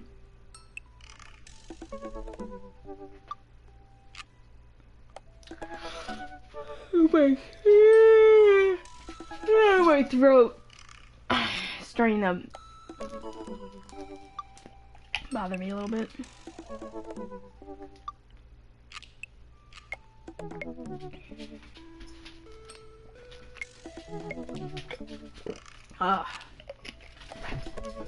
Not the best Gatorade, but it'll do. Ginger, don't you start now. Okay, I think we're gonna try Robert again. He's got 1 heart. Okay. Let's see if he actually gets us back this time. Never give up, never remember. What? Okay. I really enjoyed the night I spent with Robert, but he's been dodging me ever since. I really want to see him again. I've tried messaging him a few times on Dad Book, and it says he hasn't read them. Haven't even seen him come out of this house, actually. Decided to send him one last message, figuring this would produce the same result. Hey man, don't know where you've been. We should grab a drink soon. I walk away from my computer because at this point, I know he's not messaging me back anytime soon. I linger in the kitchen. I'm all caught up on work. The house is relatively clean. Maybe I should do something nice for Amanda. Ah, I'll bake her favorite pie. I root through the pantry and pull out all the ingredients. It's an old family recipe I used to make with my grandmother when I was a kid. I lost the actual recipe card a long time ago, but I think I'll be able to remember how to bake it. Start mixing the ingredients together for the crust until I get a nice dough. I throw some cherries into a saucepan to make the filling. Normally, I don't like to multitask in the kitchen, but this cherry pie is a piece of cake. Pie? It's a piece of pie. I'm making a pie. Ah man, I can never remember what temperature you're supposed to set the oven at. I'm pretty sure it's 375, but I could be wrong. Who am I kidding? I'm never wrong when it comes to this pie. My special twist on my grandma's recipe includes a secret ingredient that not even Amanda knows about. It really makes the cherries extra flavorful. God, why can't I remember what the secret ingredient is? Oh no. I feel like it's almond extract. Oh, it's almond extract, duh. Oops, I accidentally accidentally pour a little too much in, way too much in. I'm sure it's fine. Baking is an art. Some of the most beautiful art is made from mistakes. I finally get the pie in the oven. How long am I supposed to leave it in there? 50 minutes? I'll just wing it. I mean, it's going to be so excited. That kid loves a good pie. Sitting at the kitchen table and do word jumbles until Amanda comes home. I can hear the door slam open. Yo, Pops! What smells like pie in here? It's pie, sweetie. Amanda darts over the oven and looks inside. Yes. I think she just did that for herself right there. Yes. Hey, it's not done. Be patient. What's your angle here? What? Pies are an object-based confection. What are you trying to get out of me?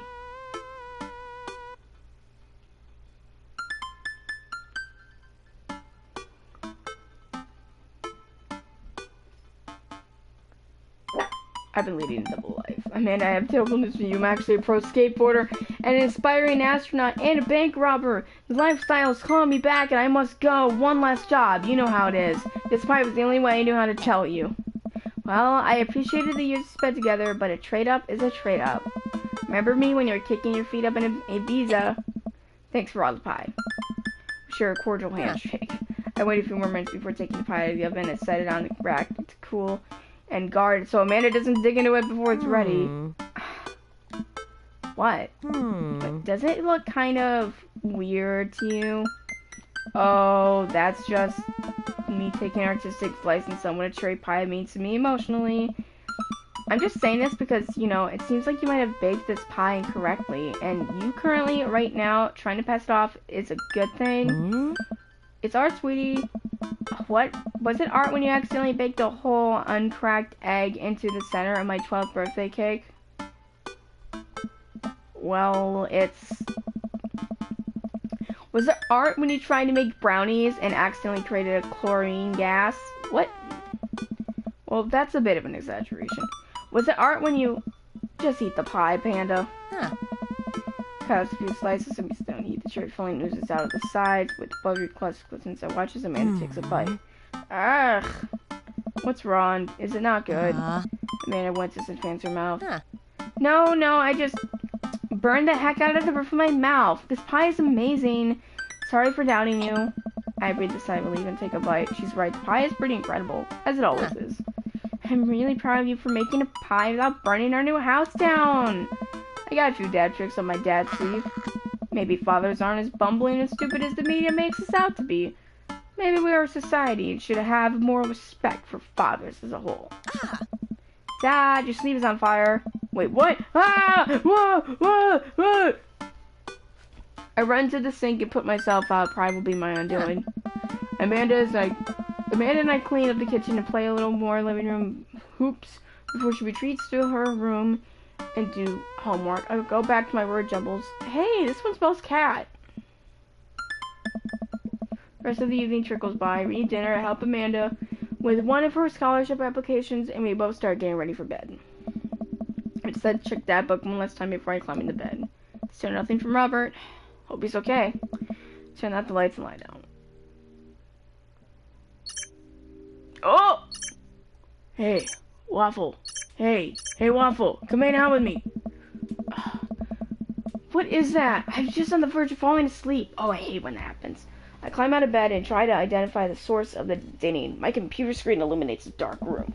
I walk over to it, ready to turn it off, when I notice what's happening on screen. Winky face. Well, that's not subtle. But, I mean, I did have fun with him the other night. Okay.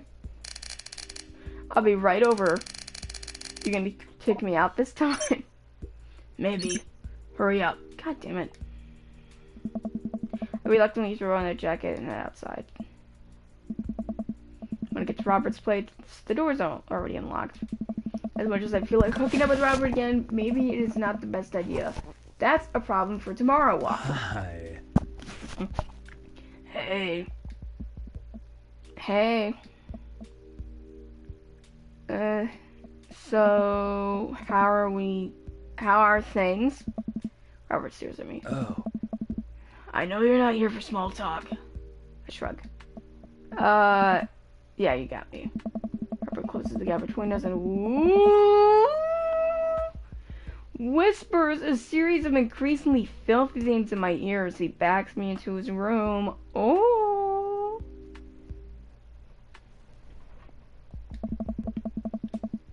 I'm starting to think maybe this was a good idea after all.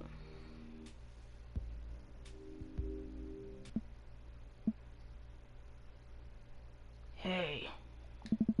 Robert nudges me awake. Ah. Hey. Are you kicking me out? Kicking is a strong word.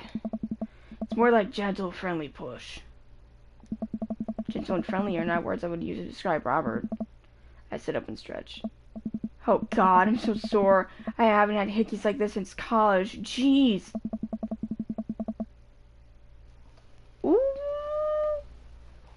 I'm not gonna do this again if you're just gonna keep forcing me to leave. Yeah. That's what they all say. You'll say that next time too. I throw my clothes back on while Robert smokes a cigarette on his balcony. See you around, I guess.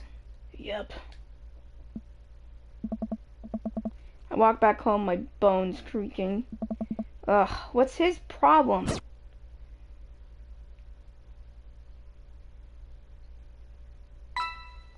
Stay complete.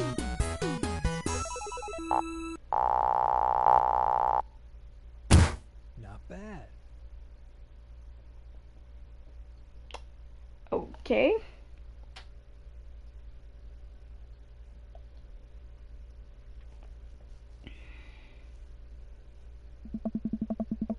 It's a beautiful night and the air smells so fresh, so I decided to take the long way home. I casually strolled through the neighborhood, taking in the sights and sounds of a suburban city with a low crime rate and wide, walkable sidewalks at night. As I approach the bar, I can hear the patrons inside cheering. Oh, I bet the game is on. I wonder if my team is playing tonight. A drop of water hits my head, and now it's lots of drops of water. It's pouring rain. Maybe I should wait this out inside. I order a beer from the bar and settle in. Turns out that my team isn't playing tonight, but I can certainly enjoy the game regardless. The bar is unusually crowded, and the feeling of camaraderie over a shared love for the game makes me smile. Sports are nice. Huh? Oh no. I look over into the corner and spot none other than Mary sitting alone in the corner nursing a cocktail. Something about her seems different this time. Now that she's by herself and not hanging off some younger guy, she looks so sad. She looks up half-heartedly and raises her glass to me before staring off in the middle distance. I'll say hi. I decide to go say hello. I walk over to the booth. She doesn't look up. The seat taken? She still doesn't look up. I take a seat anyways, and she finally notices me. Hey, cowboy. Hey. You alright? Never better. She hiccups. Guess she's a little far gone. Tears start welling up in her eyes. Oh.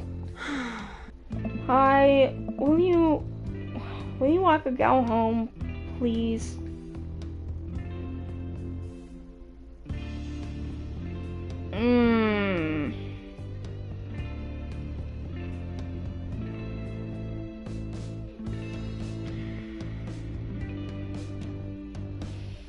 Oh, I don't know. Walking her home might send the wrong message, but I'll start calling her.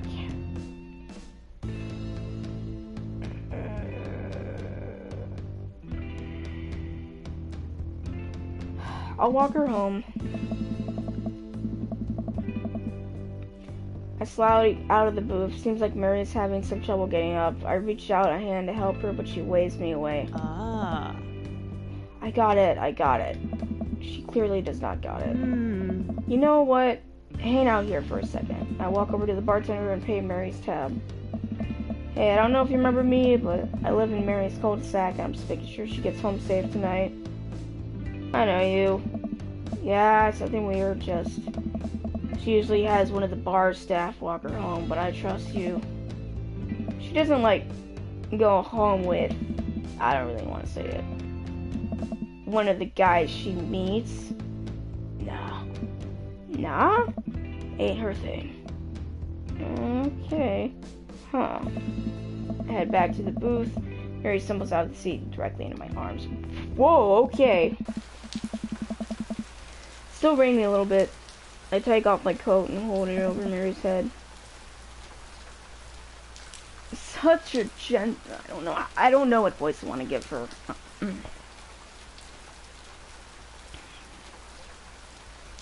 Such a gentleman.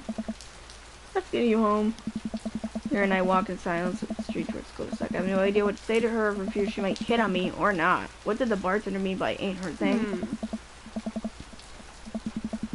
Sorry you have to see me like this. I'm usually not. I know Joseph doesn't like it when I just... Sorry. It's alright. Sorry if I'm ever mean to you. It's alright. No, it's not. I know it's not. I'm just having a really... Forget it. Okay, Mary. As we get to the cul-de-sac, I can feel Mary starting to slow down. By the time we arrive at the doorstep, she pulls away from me. Wait, can we just... Hold on. What's wrong? Hey. How about another drink? Old time's sake.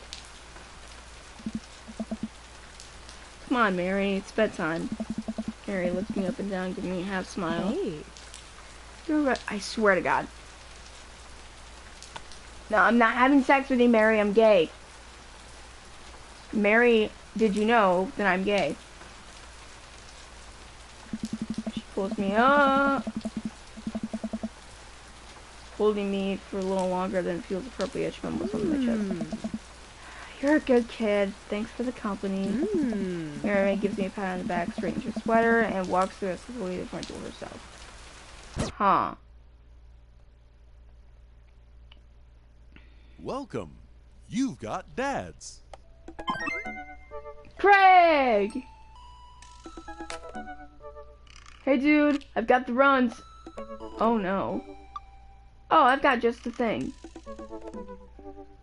I'll head to the store and grab you a real chunky milkshake, cherry licorice, and a book of word jumbles that I find helpful in strenuous times such as these. What?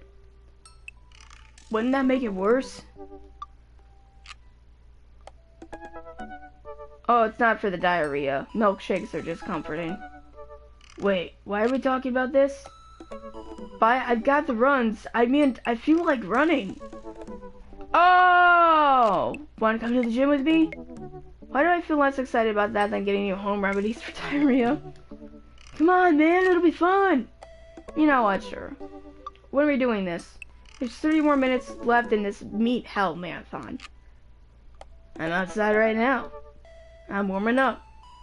Okay. At least let me see if Betty gets away from the wolves in time to get her soppressata wrapped cheesecake out of the oven. Go running! Liquor before beef, you're in the clear. What? Do what you love and the money will come. That's what I'm trying to do. Hey. Oh, what the?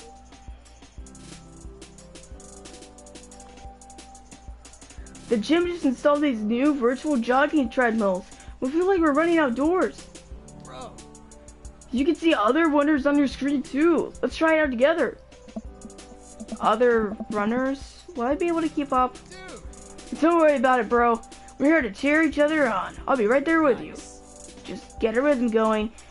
Get your heart rate up, but don't overexert yourself. You'll do great. Oh no. Run that dad.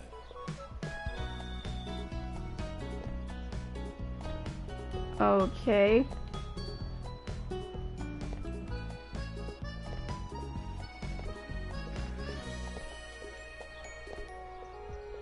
I don't know what I'm doing, but... Dude!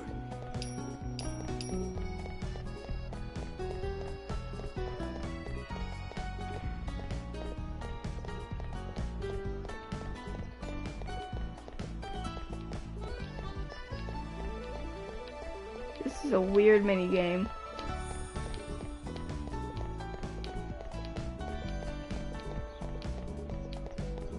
Bro, this is like a off-brand Wii Fit looking thing.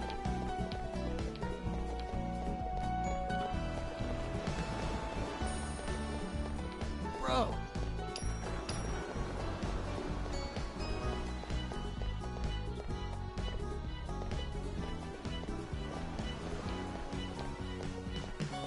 Up the hill again.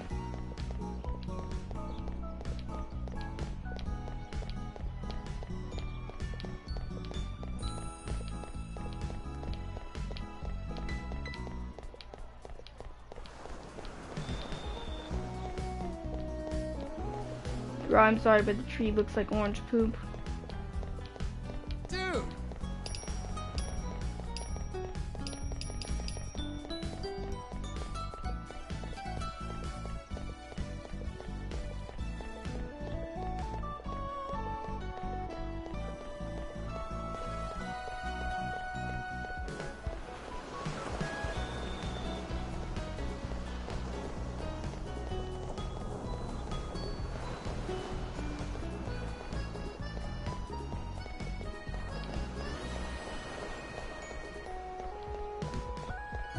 Dude!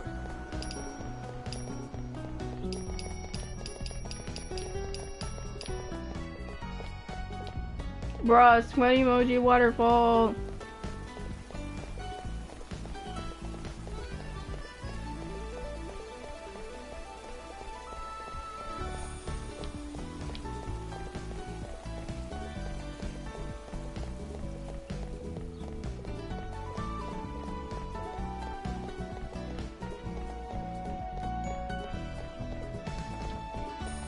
Bro!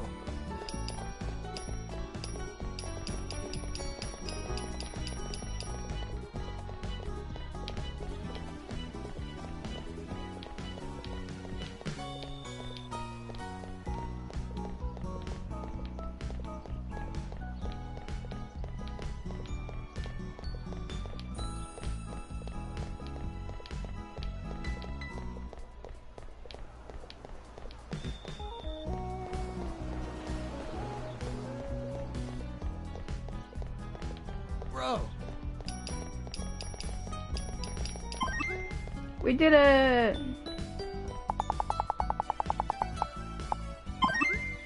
Ooh, an S++. Let's go, dude. It's a gold medal performance for sure. Way to go, dude. Thanks, Craig. Welcome. You've got dads. Okay. I want to try Joseph now.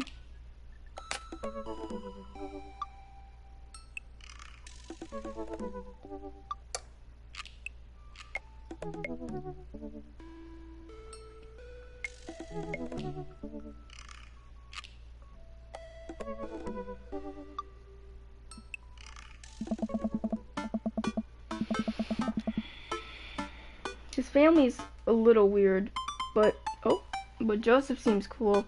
I should take him up on his offer to hang out.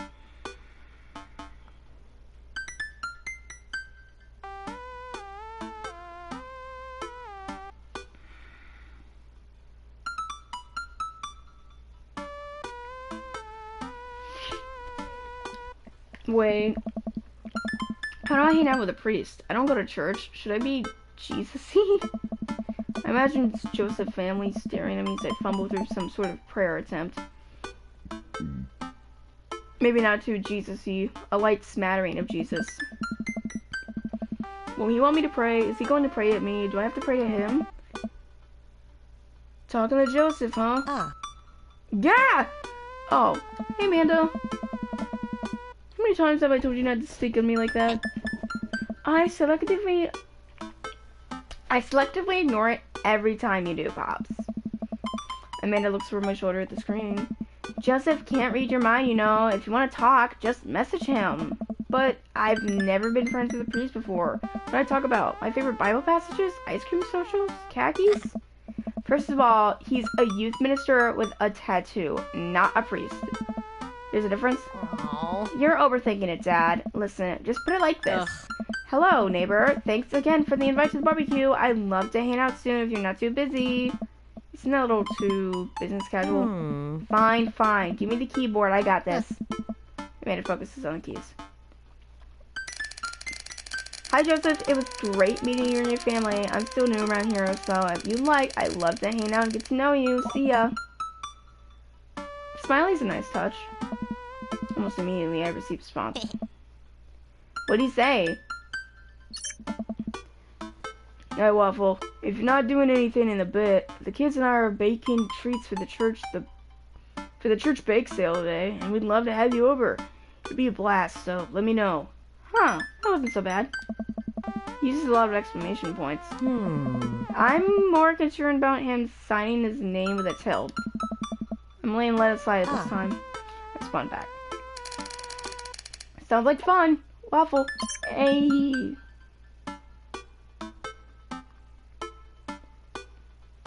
Great. Great. Come on by the house as soon as you're ready. We'll be here.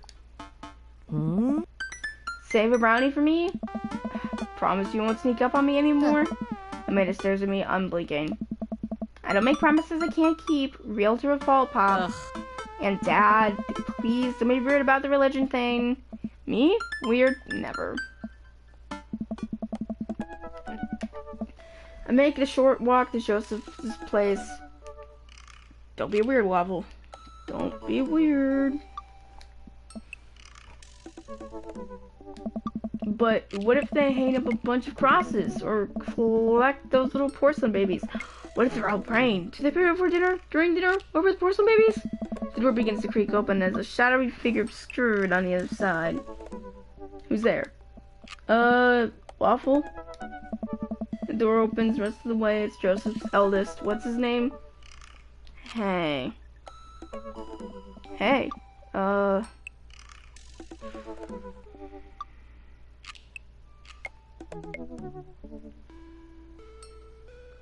Chris? No, I think it's Krish. It's... dang it. Chris, right. Hi again, I'm Waffle. I know what your name is. Oh, yeah, we met at the barbecue. How's the, Please don't say it.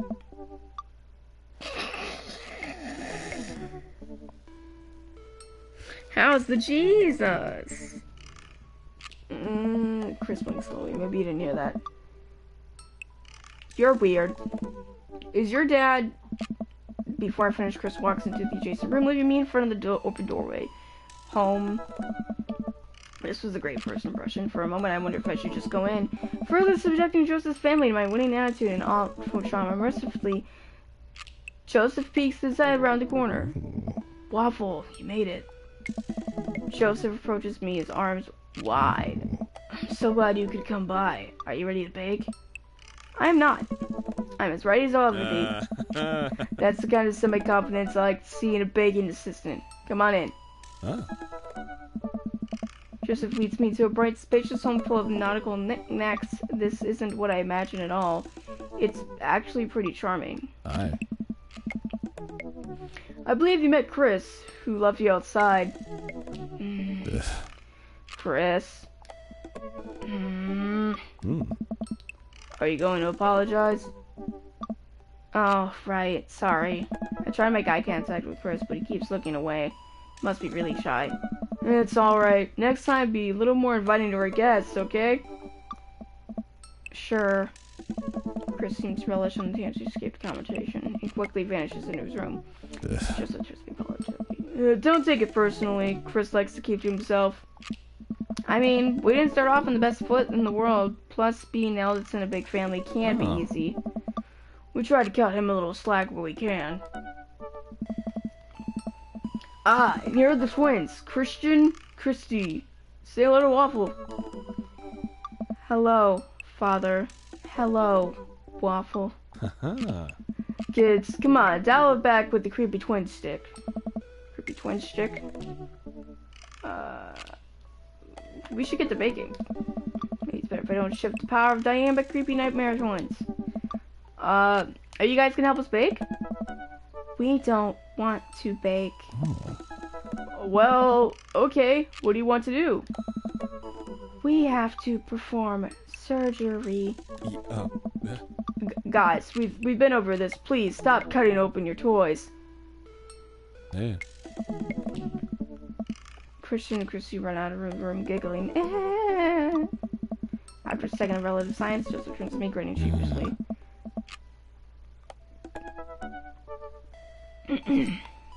You ever have more than one kid, Waffle? No. Good one. You should try it. Oh, Kirk Douglas. We both start to laugh, but are interrupted by a loud crash from the kitchen. What now? That doesn't sound good. Christy? No one responds. Joseph furrows his brow and motions for me to stay where I am. Wait here a minute. Joseph rushes in the kitchen. I remember this with Amanda. Half of fatherhood is trying to keep your kids from finding creative ways to kill themselves. He's got 4. Talk about worry. I take a seat on his surprisingly pristine couch and twiddle my thumbs. Examine the coffee table. There's a couple of cool knickknacks on the coffee table in front of me. Hey, a cross. Hey, another cross. This one looks a little different. And a third cross, unified design aesthetic. Smart choices. There's also a brass thing here. It looks like something a sailor would use to navigate with. I think it's called sextants.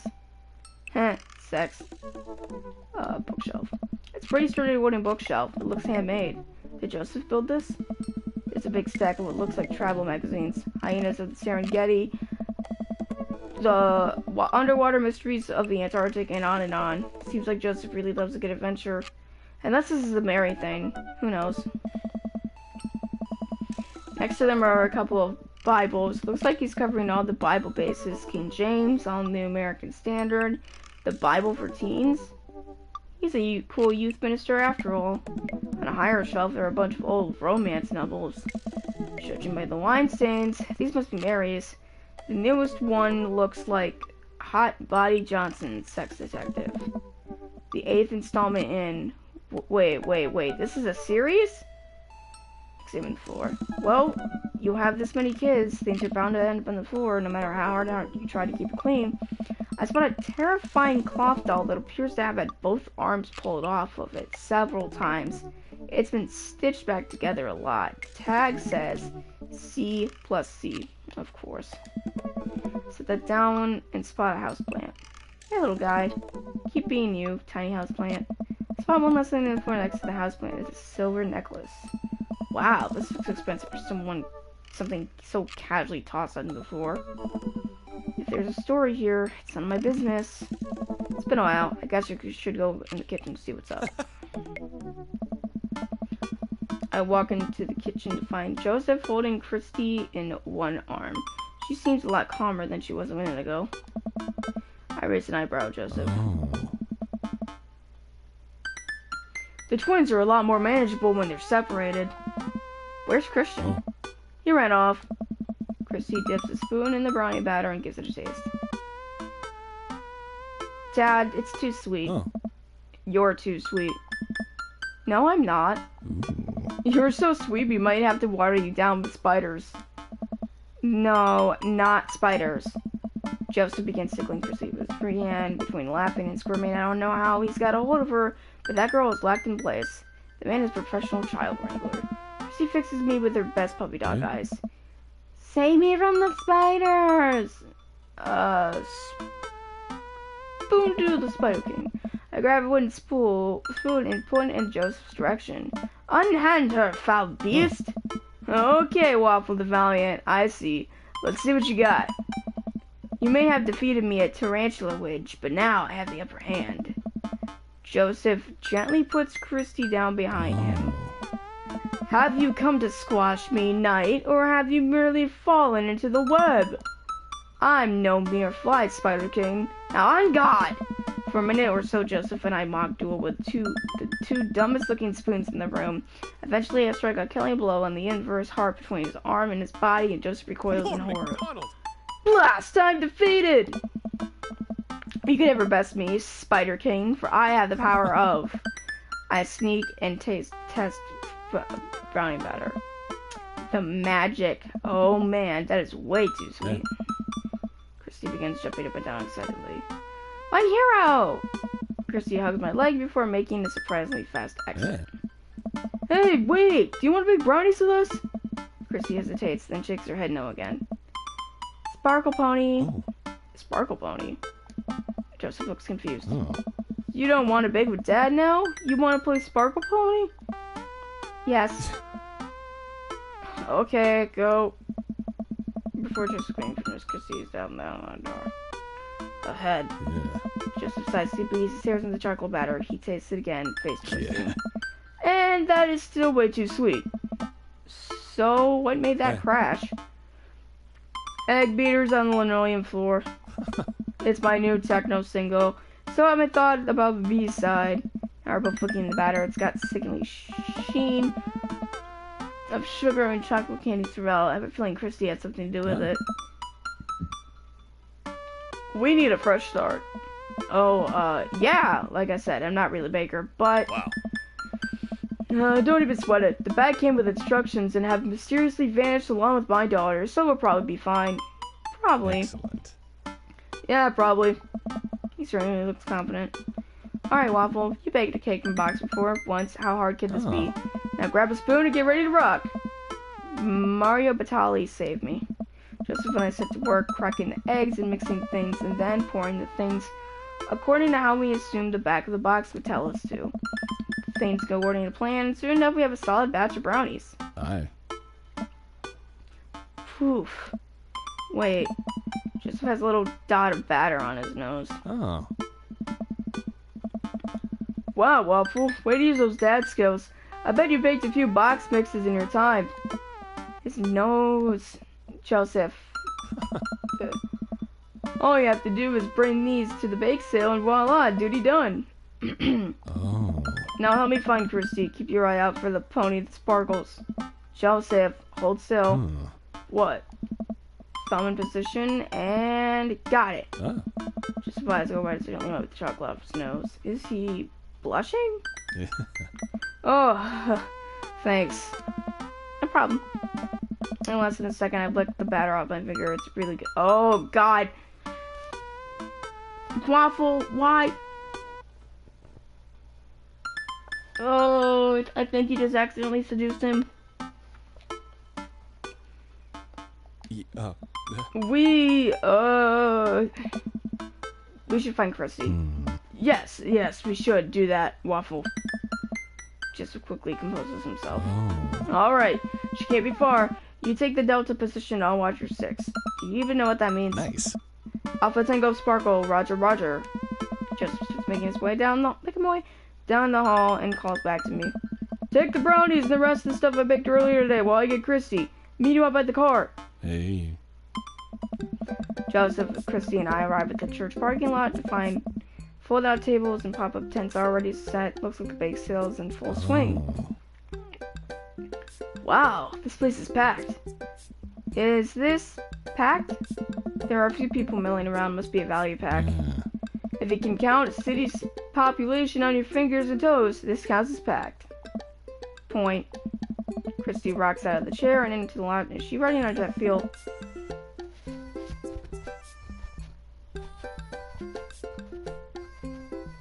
Ugh.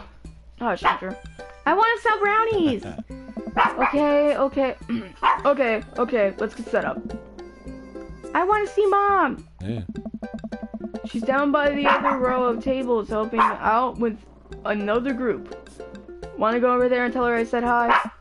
Mom! Christy zips off immediately. Joseph seems unconcerned. Does she always run that fast? Yes. Yeah, and I can only catch her half the time. These knees aren't what they used to be. I remember when Amanda was her age. I couldn't get her to sit still for 5 seconds. Oh. Yep, great age to deal with. While Chrissy's gone, Joseph and I arrange all our baked goods on the table and settle in. So, So are we allowed to eat any of our own goods? Look, if I don't see nothing, I don't say nothing. The man upstairs has strong feelings about snitches. Does he actually? Joseph shrugs. He eats a brownie. Looks like some of the other stalls are selling drinks, little handmade crafts, and other sweets. Whoa, someone brought a soft serve ice cream machine? I just feel it.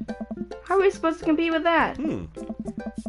Please, this is not my first time to the rodeo. The bake sale rodeo. There's actually no rodeo here, it's just a bake sale. Oh. I think you and I put together can make one pretty convincing argument for these brownies, don't you?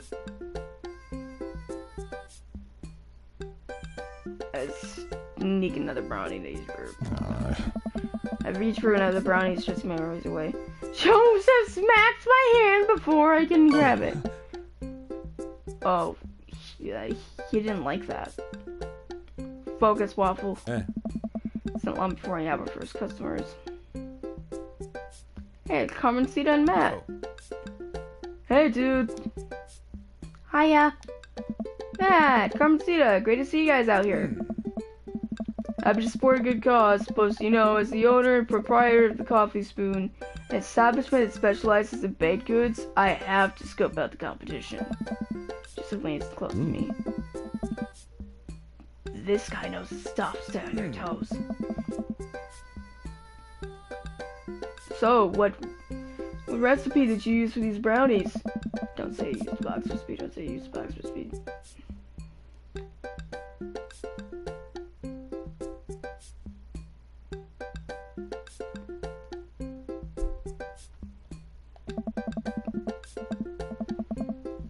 I just let the baking spirit move through me, you know, a little bit of flour in here and there, a pinch of salt there, sort of interpreted the dance but with cooking. Joseph liked that. And interpretive cooking, yes. You can never make the same thing twice. Every batch is special. There will never be another batch of brownies like this exact flavor sensation these have right here. It's a once in lifetime opportunity, Matt. Hey. Alright, we'll take 2. Actually, we'll take 3. I ring them up and high-five Joseph as our happy customers walk away. See? Not so hard. Yeah, I'm hot off the good feelings from the last sale. Who's next? We sell brownies to a bunch of people I don't recognize, but who clearly know Joseph. Eventually, another familiar face pops up. Waffle! It's Brian. Hey. Close enough.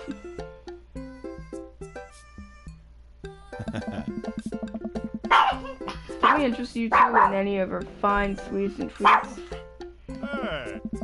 You sure can. I bet I could eat 10 brownies.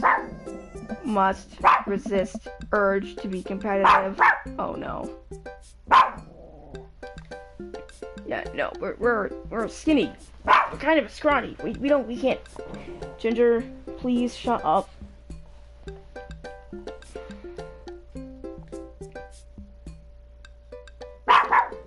Let the man buy his brownies.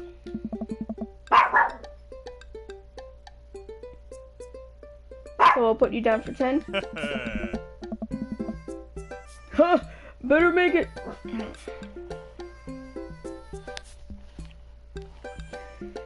Better make it just 2. One for me and one for Daisy. Coming right up. Are you excited for the youth group movie night, Daisy? Yeah, what's the movie? It's a surprise. Just leans over to me. It's the Fast and the Furious. Really? Aye. If you think about it, there's some heavily religious undertones. Joseph hands the baggie to Daisy.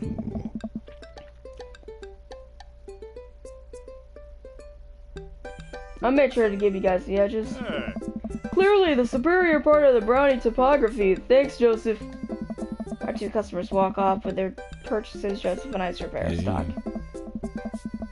These are selling pretty hot. At this rate, we'll have enough money to pay for a new paint job on the church pews in no time. Wait, what happened to the pews? Ernest spray painted his wrapper Elias into them. Jan Steinbeck. I would have gone for young man in the sea, but I can respect that. Okay. Speaking in ministerial terms, Ernest is hard to reach. Ugh. In father terms, Ernest is kind of a turd. Being a cool youth minister seems like a lot of work. Aye. It is, but it's worth it. Although, sometimes I wish... Never mind. What? It's kind of silly, but... Oh. Do you ever wish you could just drop everything and go lounge around on a beach somewhere in the tropics, drink fruity blended beverages, fall asleep on a hammock, and, you know, basically live on a Jimmy buffet sound? Joseph, I think about this every single day of my life. My dream is to live in Margaritaville. Oh. One day, my friend. One day we'll be on that island. We make a couple more sales, there's more church patrons, everything seems to be going smoothly. Off in the distance, I've got my old buddy Craig. Ginger. Craig. Yeah. He's gonna be hard to sell. Craig's a fitness man. I think he comes to big sales and says himself. See if he has the resolve to refuse processed sugar. Are you sure you're ready for this? We go way back, I got this. Oh. Craig jogs up to our table with Briar and Hazel until they're each finishing an ice cream cone, so it's unlikely we're gonna sell them on brownies too. Probably won't be able to sell to the baby. She's impossible to read. It all comes down to Craig. Oh. Hey, bros! Hi, Uncle Joseph. Hi, Amanda's dad. Would you be interested in one of our delicious homemade brownies? I don't know, man.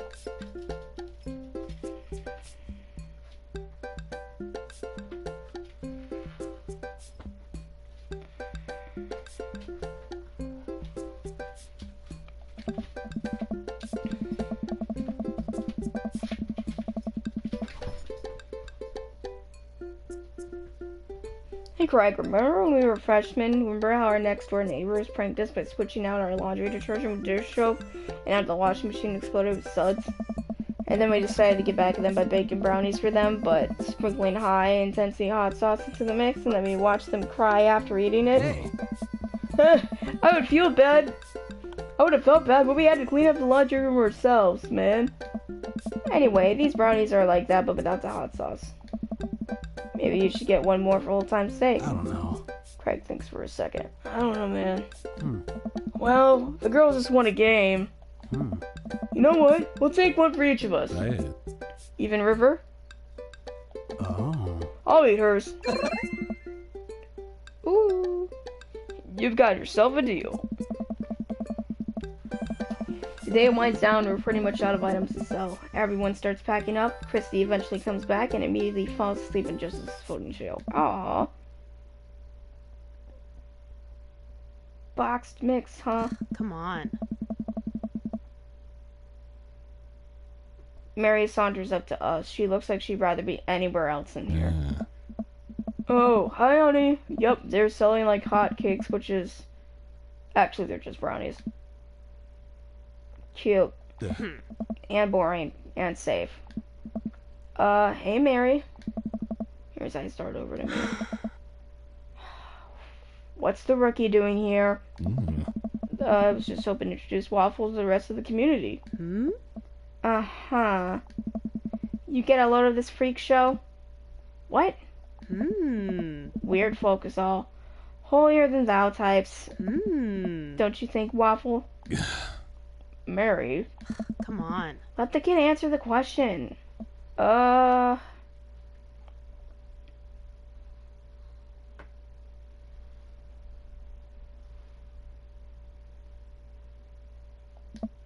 They all seem like they were really excited to help out the church. That's pretty cool, I guess. Mary, can we talk about this later? Oh, I'm embarrassing you in front of your friend. Just for this respond, trying his hard to keep his cool. Oh. Can we please talk about this later? Sure thing, honey bear. Mary turns her attention to me. Hand over the cash. What? Huh? Jesus, I'm not trying to rob you. I'm in charge of the funds here. I hand over the cash and made. It feels like a hefty wad, if I may say so myself. Hey. Thanks. Hey. Now, give me your wallet. What? Hey. Give me your wallet. You think this church is gonna fix itself? Mary. Hey. I'm kidding. Sorry, I work on the whole pretending to be happy thing. Oof. Mary leans in and whispers to me. Huh? He's really good at it.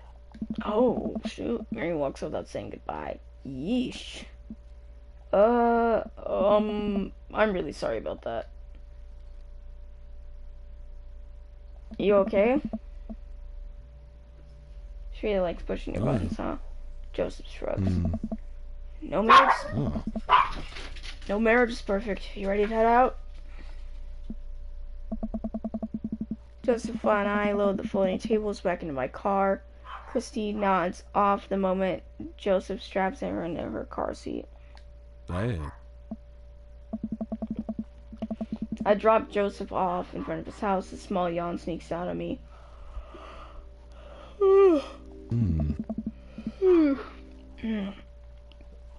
Looks like I tuckered you out, huh?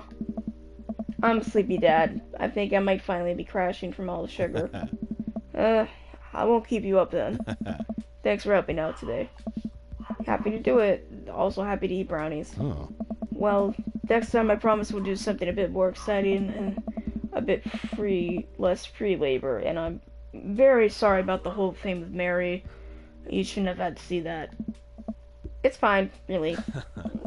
I know, but first hanging out, domestic problems aren't a good look.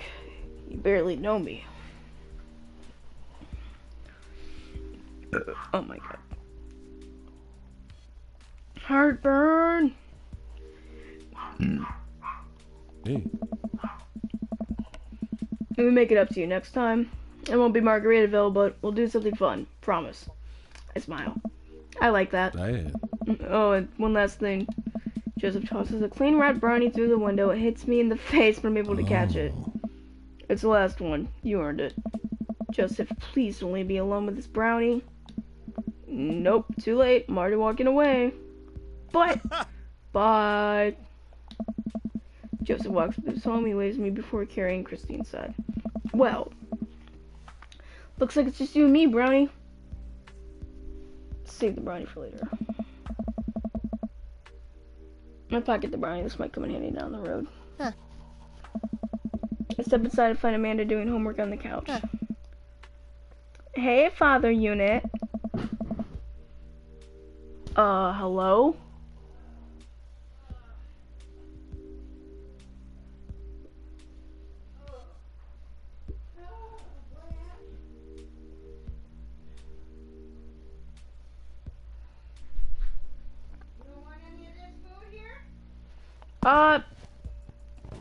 Hang on a second, guys. I'll be right back.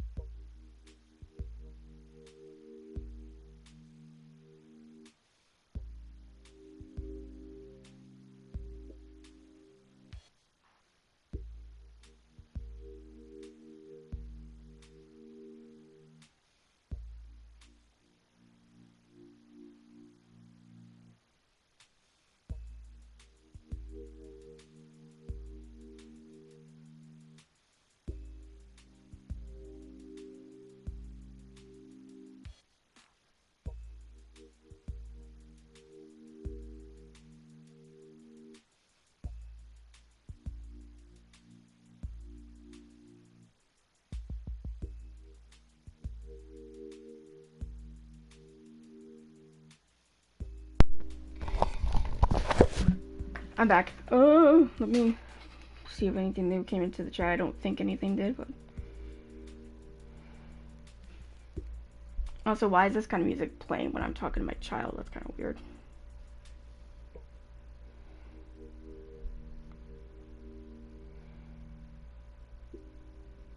Okay, nothing new. Just want to make sure. Alright,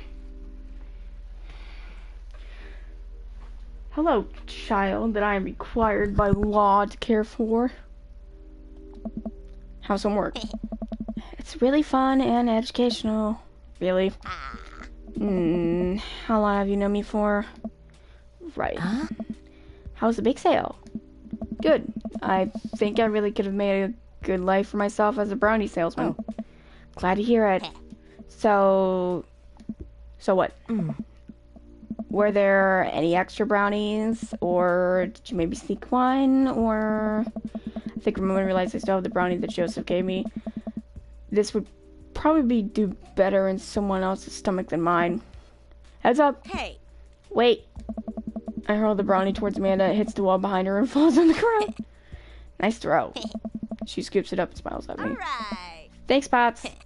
Hey, if you're not going to bed anytime soon, would you be game for some real shark hunters of Orange County? I thought the last hunters got eaten by sharks. He did. I sit down next to her and cozy up with a blanket. Awesome.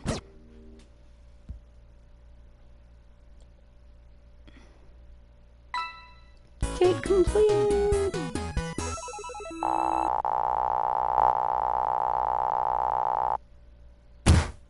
Ooh, A. Okay. Baby boomer, pot humor, sordid past, prayer, salesmanship, temptation. Ooh. Continue. Welcome. You've got dads.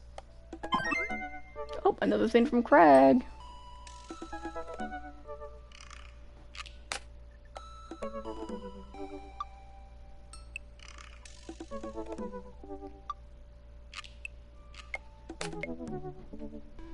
Hello, Amanda's dad. It's me, your friend Craig who loves sports. I have nice and smart children who are good at computers. Oh man, great to hear from you, buddy. What's up? I'm still Storn. What? Strawn. I am Strawn. Ha! I don't know it.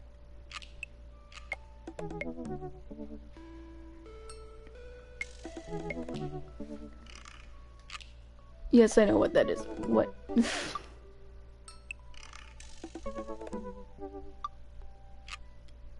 Oh, they want to invite Amanda.